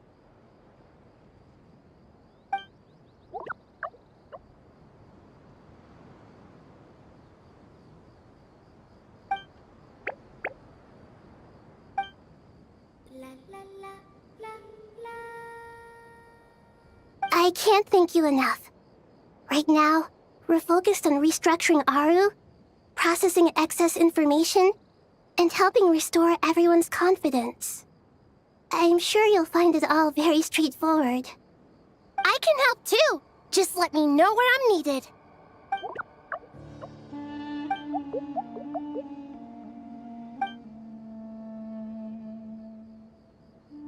Up to no good?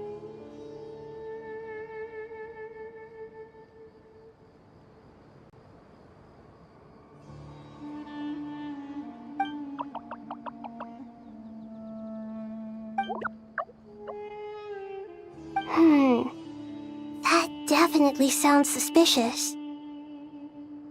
Traveler, Paimon, I have other work to attend to here that needs to take priority.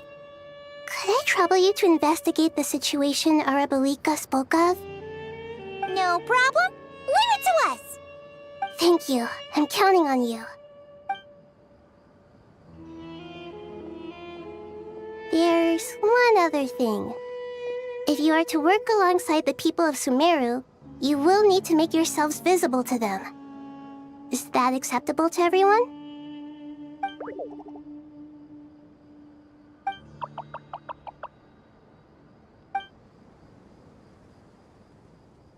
There's nothing to fear. No one here will hurt you.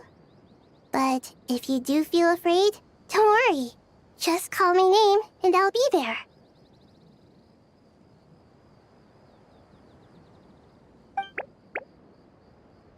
Very well. Now, I shall bestow a small blessing upon you all. Whenever people see you and interact with you, from the moment their gaze meets yours, they will experience the most beautiful of dreams.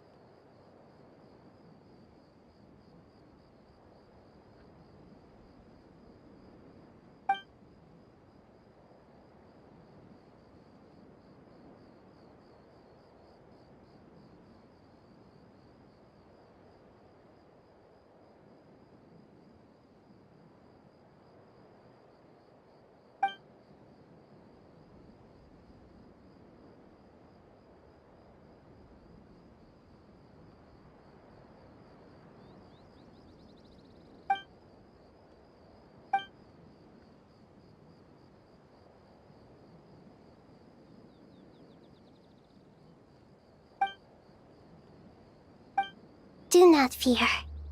We will face it together. This too shall pass.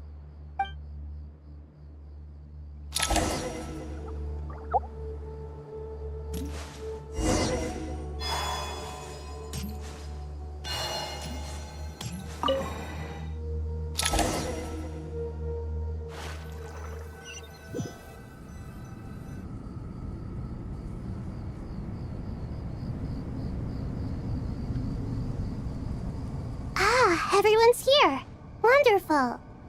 Dendro Archon, you're back. Are you recovering all right? You mustn't push yourself too hard. I'm doing very well. Thank you for your concern. I see. Using the power of Aru to reboot the Akasha and gain access to Irminsul. It's a sound plan, although I regret to be the bearer of bad news. But with the state that Irminsul is currently in, it's impossible to access via traditional means. Even the Akasha won't change that. Alas, we had feared this may be the case. And what about non-traditional means? Non-traditional means? Are you saying... Desperate times call for new measures.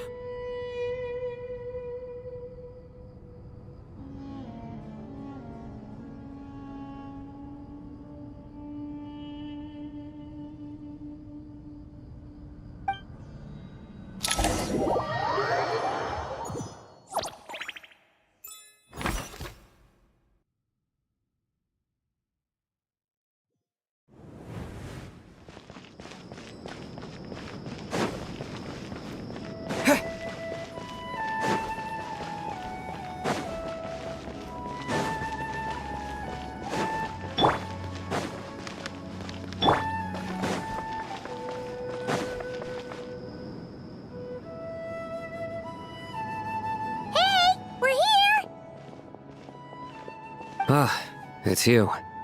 Is there a situation?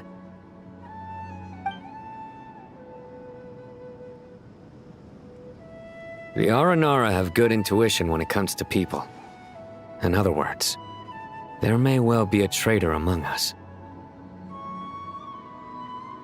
Given everything that's going on, I'd be more surprised if there wasn't.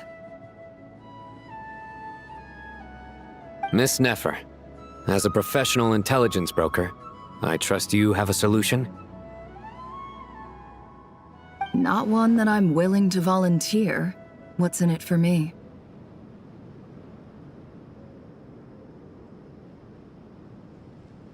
Let's say I'll treat this as a pilot project aimed at expanding your intelligence operations.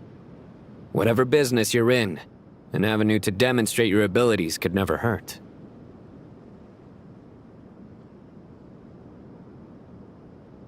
I like the sound of that. Glad we're on the same page. Given that you rarely set foot in Sumeru, practically no one at Caravan Rebot knows who you are. I take it you've read the files on everyone in the area? Yes. I also skimmed the list of evacuees, and am more or less up to date on where everyone stands. Any initial suspects? Limiting the scopes to males whose recent activity could be viewed as suspicious. I've identified 3 names.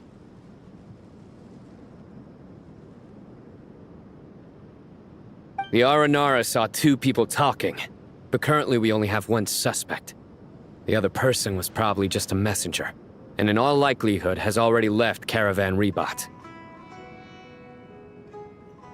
Everyone is heading for the desert per the evacuation order. Anyone willing to turn back at this stage is almost certainly with the Fatui. There's no way it was a spur-of-the-moment decision to act at a time like this. This spy must have been planted long ago.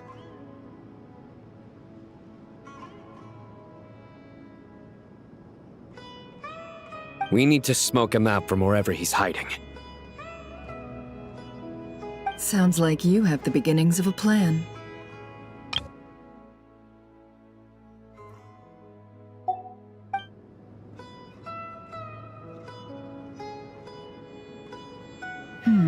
I see. Your suspicions are well-founded. I'd be watching him too if I were you. So far, we still lack solid evidence that he's been bribed. He hasn't made any recent purchases that would indicate he came into some cash.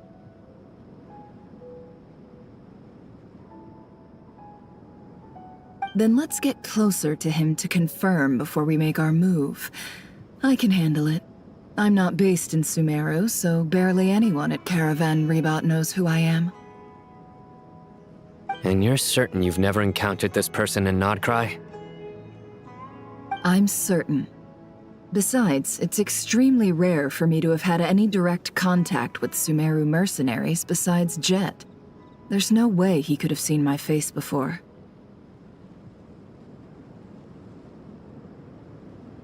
Sino, stay out of sight and wait for my signal. If he raises any red flags, I'll bring him toward the main road. Understood. I'll take it from there. Excellent. Well, it's a pleasure working with you.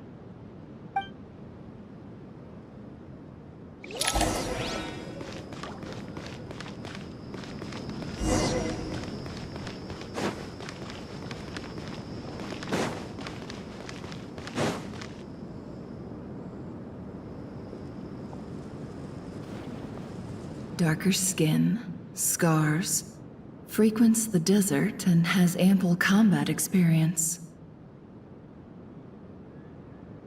Nothing unusual about how he dresses or acts.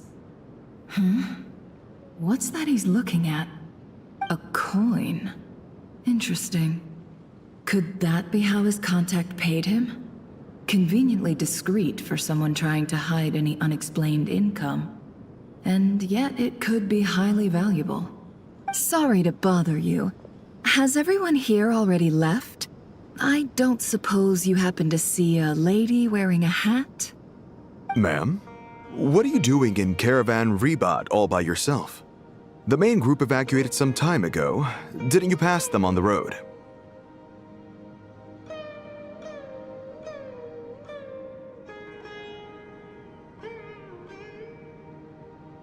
My friend and I lost some of our cargo along the way. I didn't want to miss out on potential business, so I told her to go on ahead and meet the client while I retraced our steps. I didn't think it would be so late by the time I found it.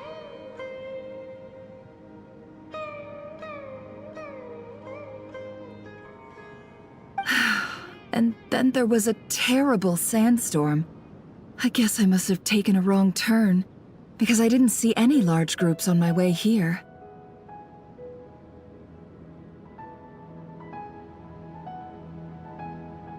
Forgive me for asking, but just to be on the safe side, could you describe this friend of yours?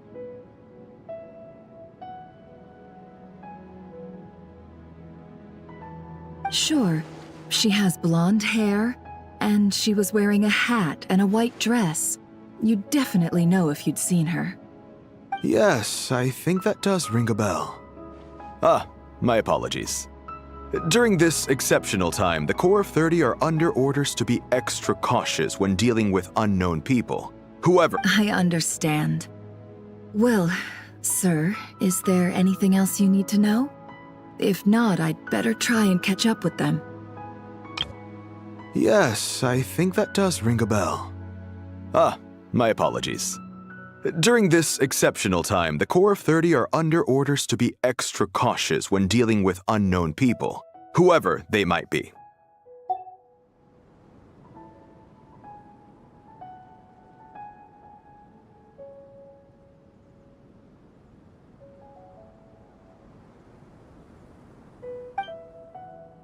Hey, wait! They left a good while ago now. You'll never catch up with them on your own. Why don't I give you a ride? I'm here to collect the last few people anyway. We have plenty of carts, so one more won't be a problem.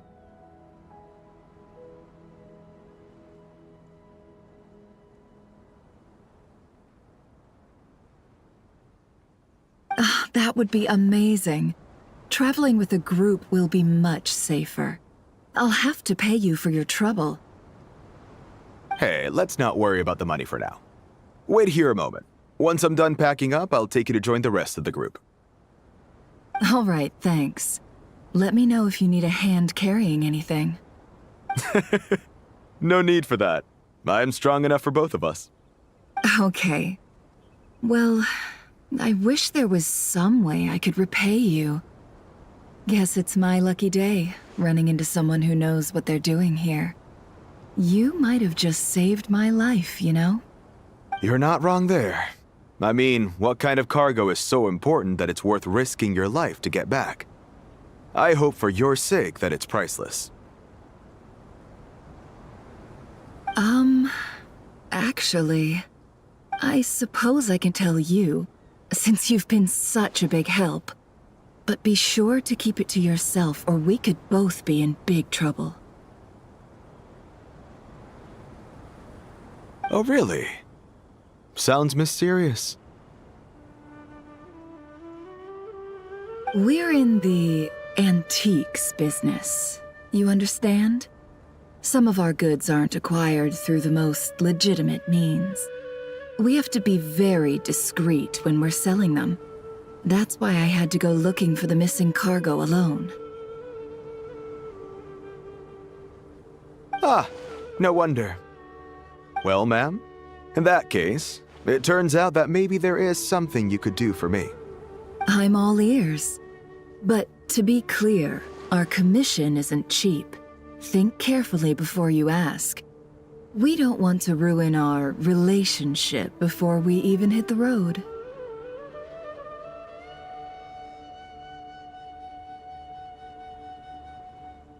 I'm sure that won't be a problem. My issue is, I have something that's a little difficult to sell on as well. Take a look at this.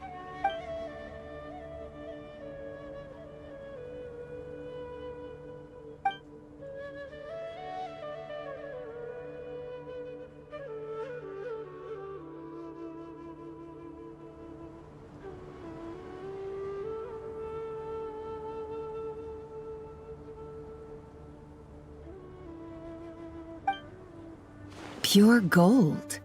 That's quite something. How'd you come across it? Dig it out of some ancient tomb? If you look hard enough, there are many treasures to be found in the mausoleum of King Deshret. It has no distinct Snezhnayan markings. That'll be why he's going with that story. And he clearly doesn't want to arouse suspicion, so he's on the lookout for an opportunity to make a quiet trade. Surely you have an existing business partner. Won't they take it off your hands? I hope I won't be attracting the wrath of my competitors by helping you sell this.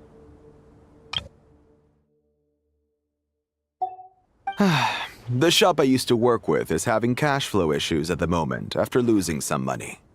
I'm under enough pressure as it is without having to deal with them. On the off chance anything went wrong, I'd never get my money back. I understand. Gold is the last thing that traders with cash flow problems want to see. Well, in that case, I think we can work something out. As it happens, I'm just about done packing. Shall we make a move? Sure. Let's walk and talk. This evacuation was a huge operation. They needed a few people to stay behind and tie up loose ends. And I ended up being one of them. You're lucky you ran into us in time. I certainly am. I don't know how this happened. One thing led to another, and look how it ended up. I just hope our client doesn't get spooked and cancel their order. Fingers crossed. But either way, life goes on, and we all have to make a living somehow.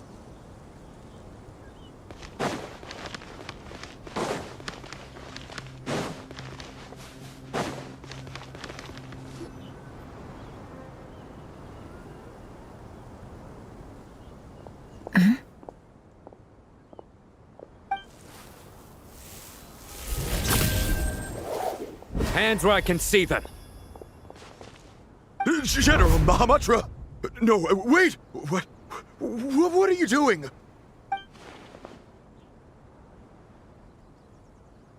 This is the coin? Good. Sadly, you won't have the chance to spend it. Nicely done. Looks like Sumeru's Matra are a well-oiled machine nowadays.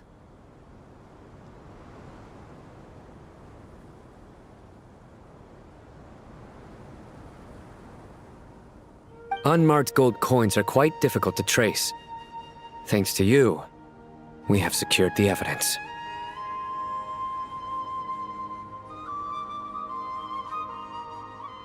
Here's what's gonna happen.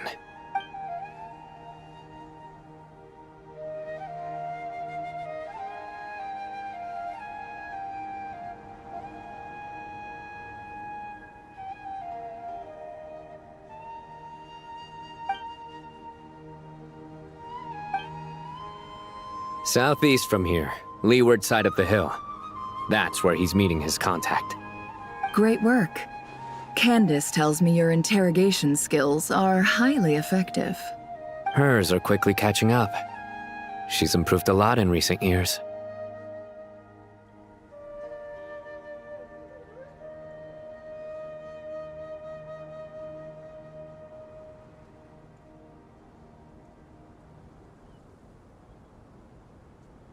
Looks like it's over to you for the next step. Because I'm quickest on my feet?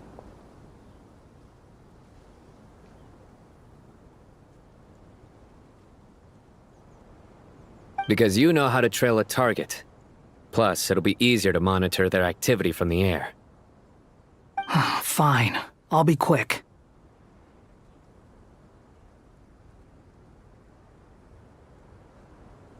One more thing.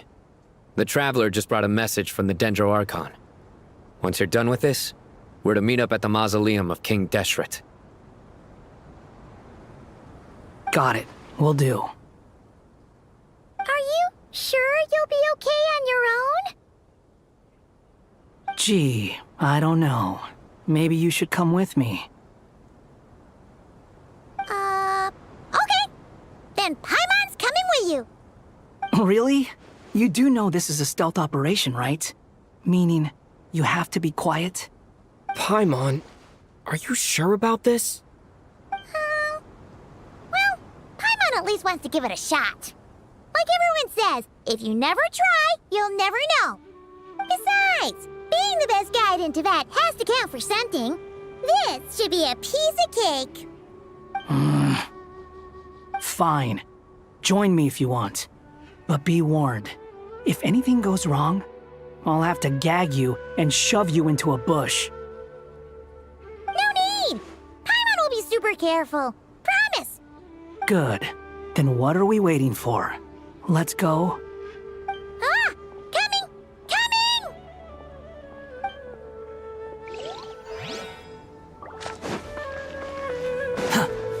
The wind rises.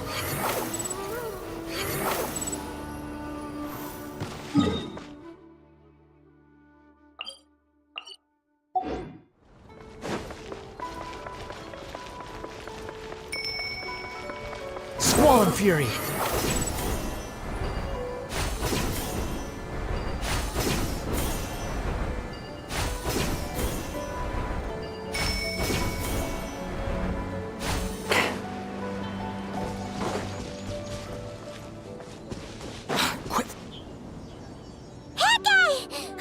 Wait up! Hey, slow down, will ya?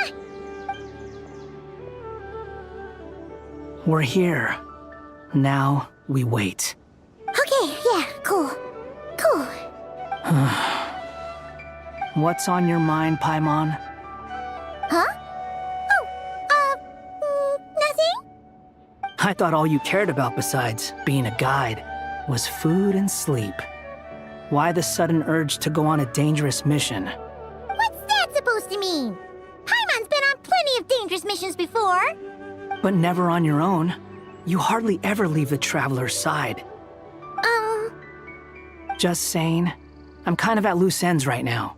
So if you did want to share, I suppose I'd have to listen. If not, suit yourself. Makes no difference to me. Hat guy? Do you think Paimon is useless? What? Where's that coming from? When we were in Notcry, Paimon suddenly realized something. Even though Paimon's with a traveler every single day, whenever we face real danger, she can't do anything to help. Paimon doesn't get like this very often. She just got really scared when the traveler got kidnapped that time. What if he never came back? What would Paimon do then? And the more Paimon thought about it, the more useless she felt. But Paimon doesn't want to be a burden. Paimon wants to be a friend who's actually useful. Does that make any sense? You know, that feeling of just being completely useless and... Oh. Paimon probably sounds so ridiculous right now.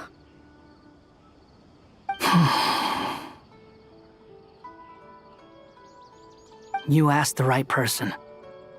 Boy, do I know that feeling. Oh, that guy. I'm not gonna try and encourage you. What I will say is this. When you start doubting yourself, you have two choices. Give up or change. You have to make the decision to move forward. Otherwise, no amount of consultation from other people is gonna help you.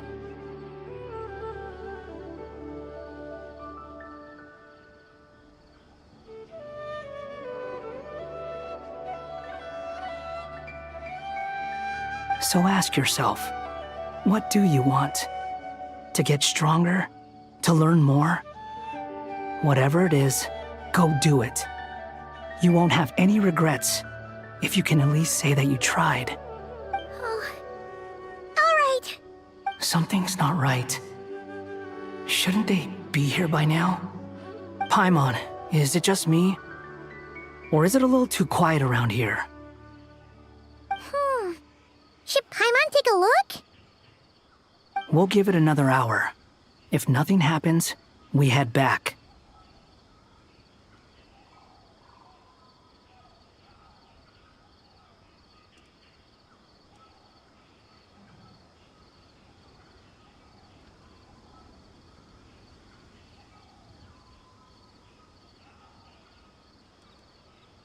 Okay. How strange. We've been here for ages. Where the heck are they? Have we been stood up? What is it? Did you think of something?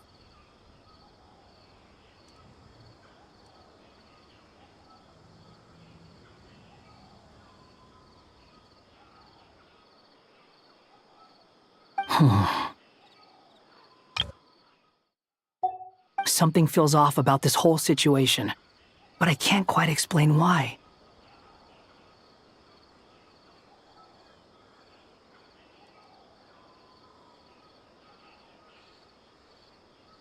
We know for sure that the guy Sinocot had something set up, yet somehow his contact is a no-show. So, either the handler got caught, or, more likely, they decided to cut our guy loose. But how would they know to do that? Wouldn't they at least send someone here to check things out? That's the problem. They couldn't possibly know what's happening here. Unless... This feels all too familiar. Come on, let's head back.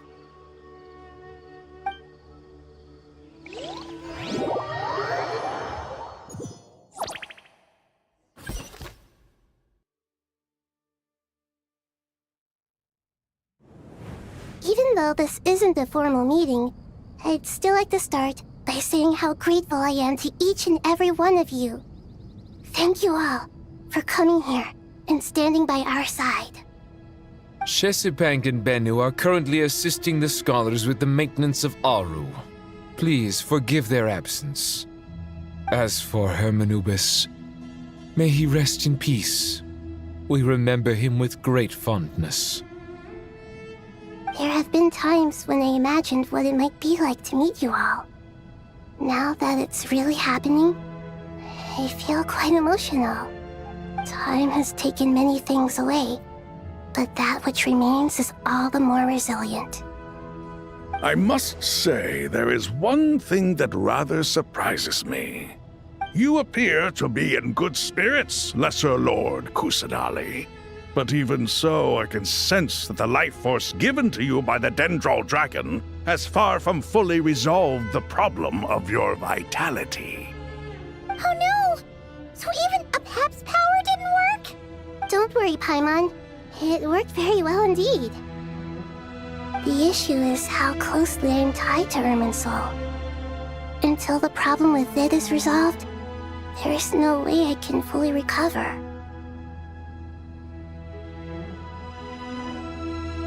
Sumeru has undergone tremendous changes during your absence. When gods pass away, inevitably, people's faith in them grows weaker. You must have sensed it already. Your power is not what it once was.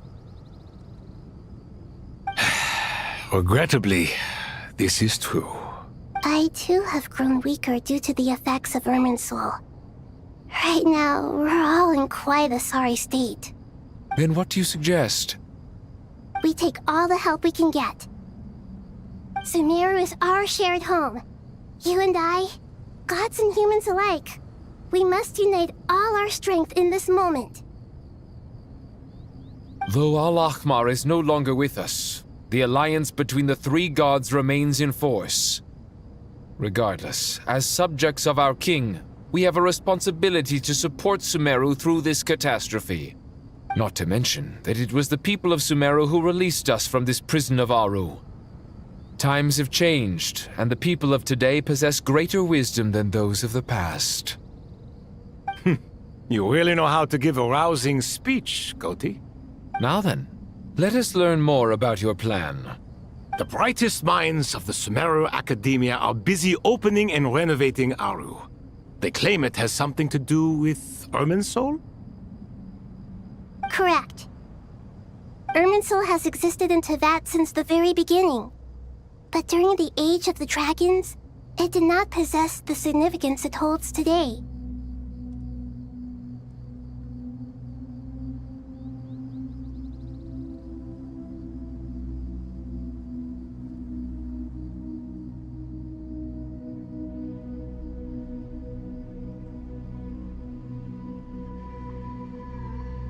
After the Heavenly Principles arrived, the power of the Light Realm was divided into elemental energy, and Irminsul was refashioned as a device that records and preserves all information.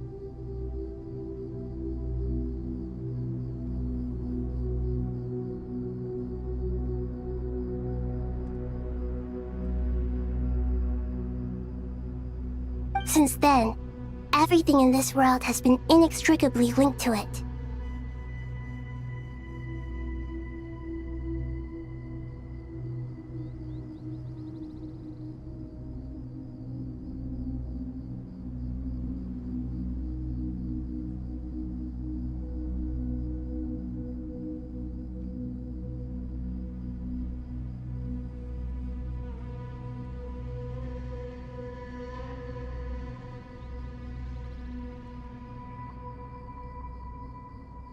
As the Dendro Archon, I have a duty to protect Irminsul. To Sumeru, it is both a national treasure and undeniably a major threat. Tevat has seen many upheavals in the last few years. The most recent of these was a major crisis in Notcry, which forced Sumeru to be even more vigilant than usual.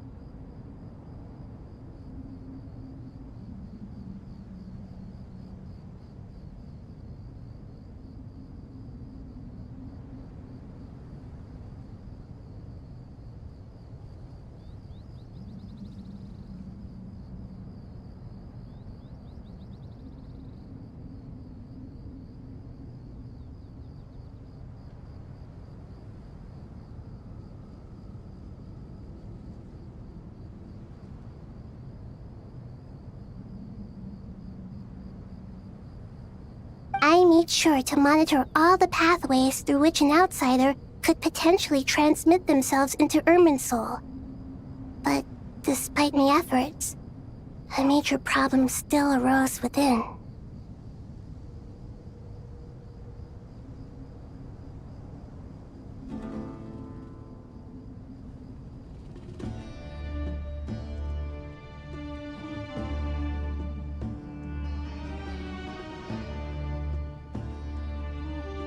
I still believe that someone has actively invaded Irminsul. But rather than taking any of the pathways I referred to, the intruder chose instead to utilize the most direct route, and the only one that cannot be protected against.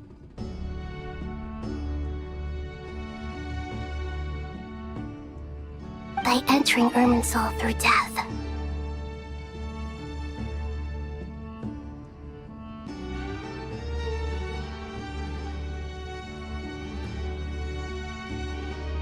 I see what you mean.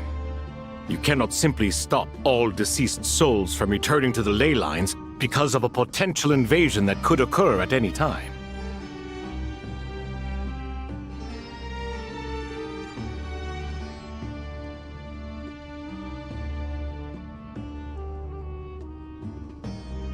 That's right.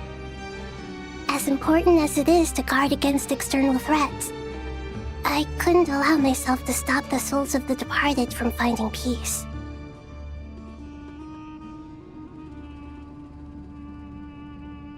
Please, understand how difficult this predicament was for the Dendro Archon.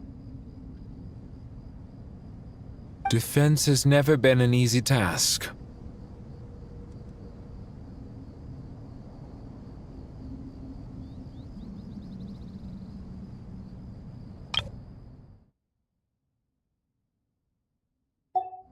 After Irminsul was invaded, my authority was quickly restricted. Soon after that, the tree began denying access to any connections.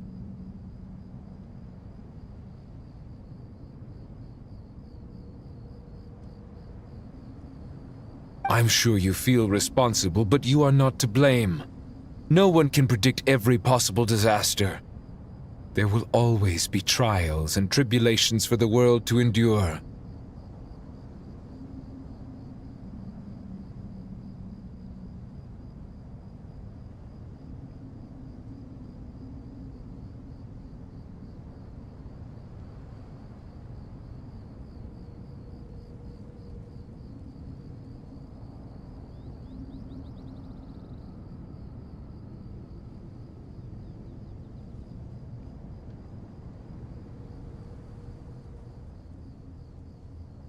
But the people of Sumeru should not have to endure this.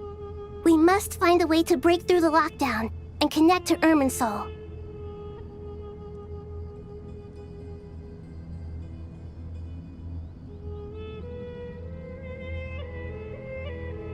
And this is why you need Aru.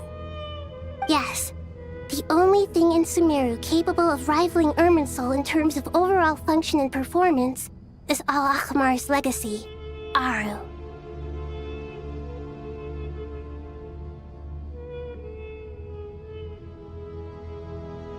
All I managed to do before falling into a coma was make some minor adjustments to Irminsul. Using Aru is a last resort, and a move that comes with enormous risks.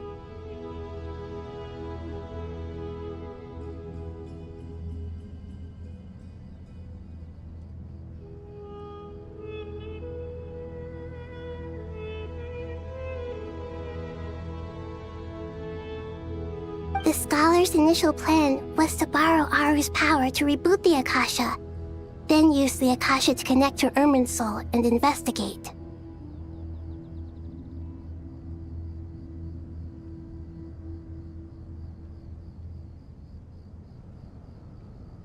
Unfortunately, Irmin's soul has suffered far greater damage than they first thought, rendering that plan futile. To rise to the challenge, we had to resort to more extreme and far costlier means. This has led to a number of new contingency plans. To reclaim Irmin's soul, her brightest scholars have made further modifications to Aru with multiple goals in mind. I thank you all for giving them your blessing in this endeavor.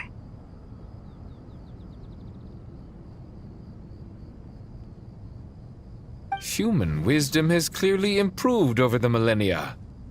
You have not only our support, but that of the Jinn, the Aranara, and the Pari.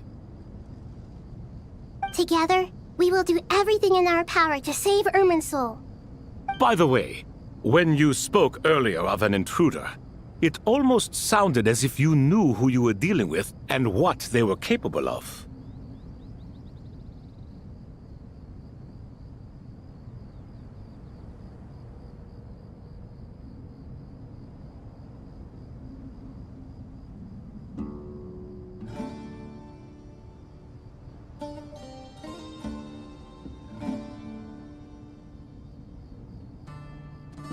Well, since you ask.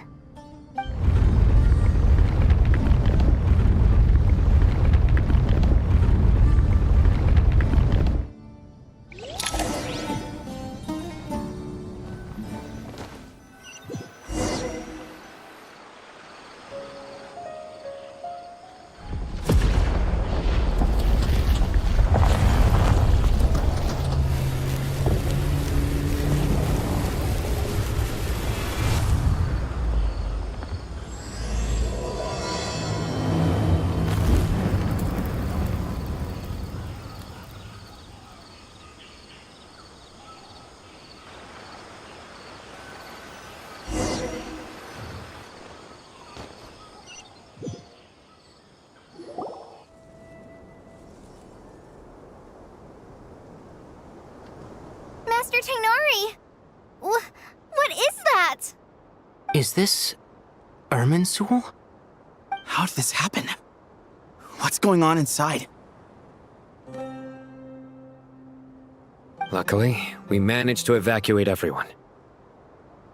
What in the world was that? That was terrifying!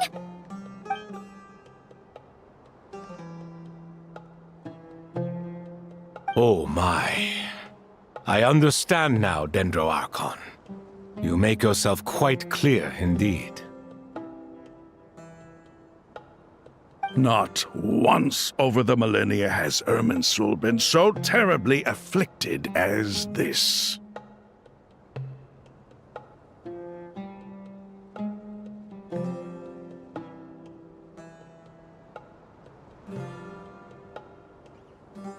Please continue, Dendro Archon. Irminsul's root system is what comprises the ley lines. In the past, it has always been hidden away, going unseen by the general populace. But now, an evil intruder is making it reveal itself.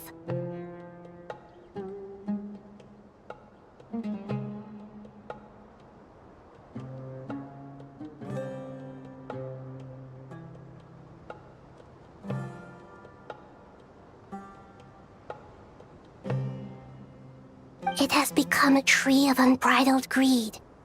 A clear sign that a deranged experiment has advanced to a new stage.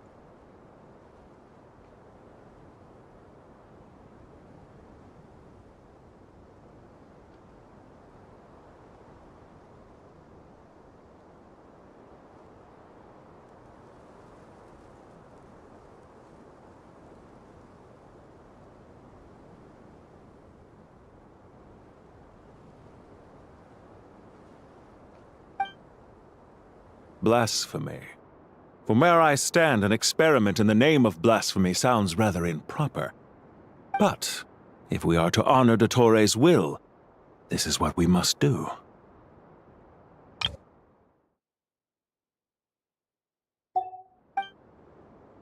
The birth of this tree proves to me beyond doubt that this incident is connected to him. But to explain the situation in full, there is someone I need to tell you about.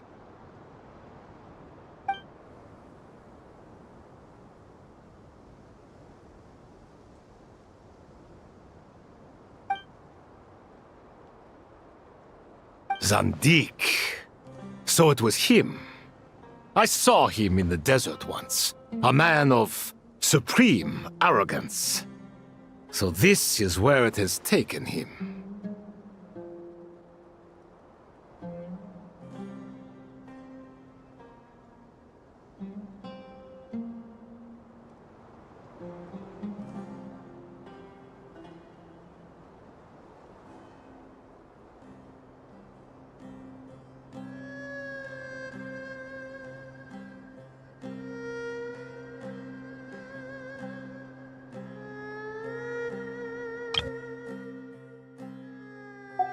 But didn't Dottore die and not cry? How is he still able to do all this? He must still have loyal followers amongst the Fatui. Even so, I'm still unclear as to how he has been able to wield such a profound influence over Irminsul. I can confirm that Fatui forces have arrived in Sumeru City. Furthermore, Irminsul seems to be undergoing some kind of mutation. Evil branches are beginning to grow. Things that do not belong to this world are slowly but surely materializing. Sorry, I couldn't think of any other word to describe it.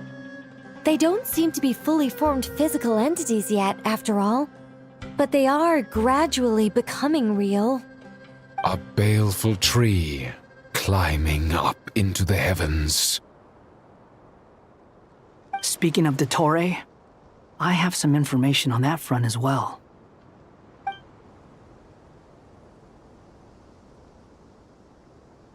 I didn't think it was wise to state this out in the open. But my theory is, the mole wasn't cut off after he was caught. They wrote him off from the beginning.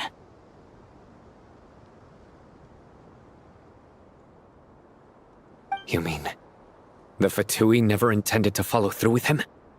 Then why plant a mole at all?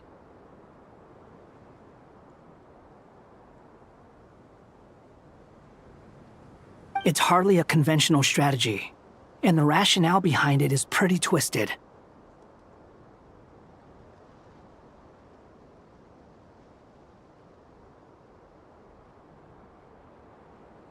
But as it happens, I know someone who works exactly this way. And when it comes down to it, his goals are very simple. He just wants to confuse people, so they can't figure out what he's up to. He's been a collaborator of Dottore's from the outset. That fact alone confirms that Dottore is involved with this somehow.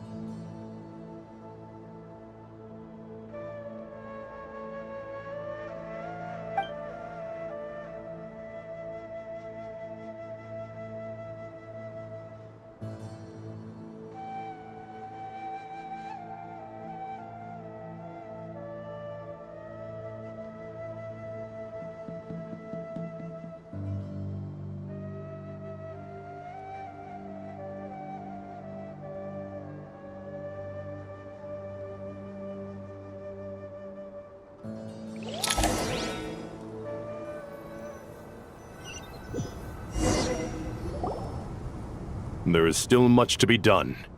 Everyone, please remember our core strategy. As per the discussions, the following groups must act immediately. Mr. Al-Haytham and Mr. Kave, the next phase of the Aru renovation project must begin right away. Godspeed to you both.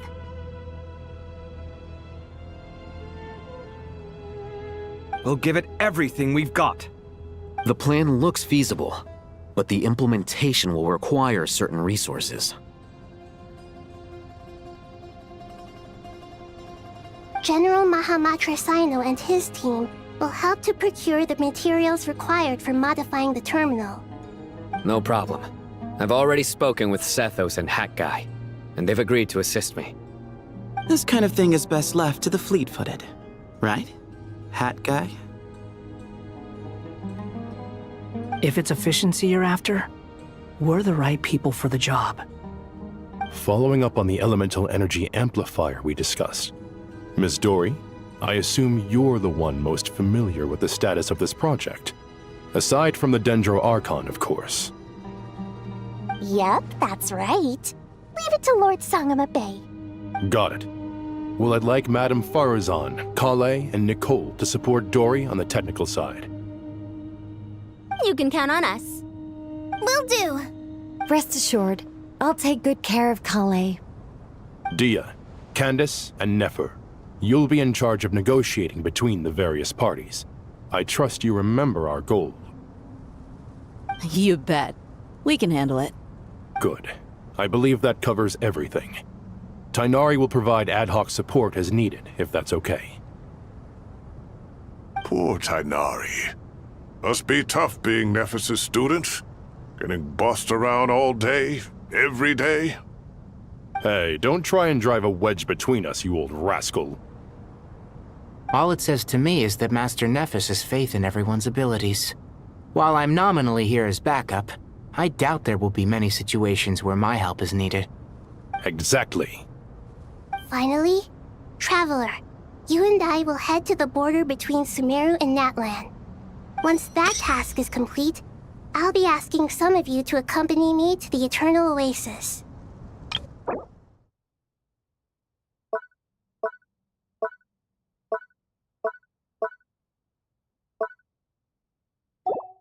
The Eternal Oasis? I thought that was just a legend. So it does exist after all. Regarding your trip to Natlan, under normal circumstances, a meeting between our two nations would be a far more formal affair. Unfortunately, Sumeru is all but completely cut off from the outside world at present.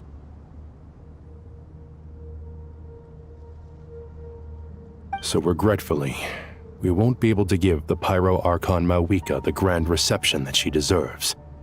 My apologies for the inconvenience.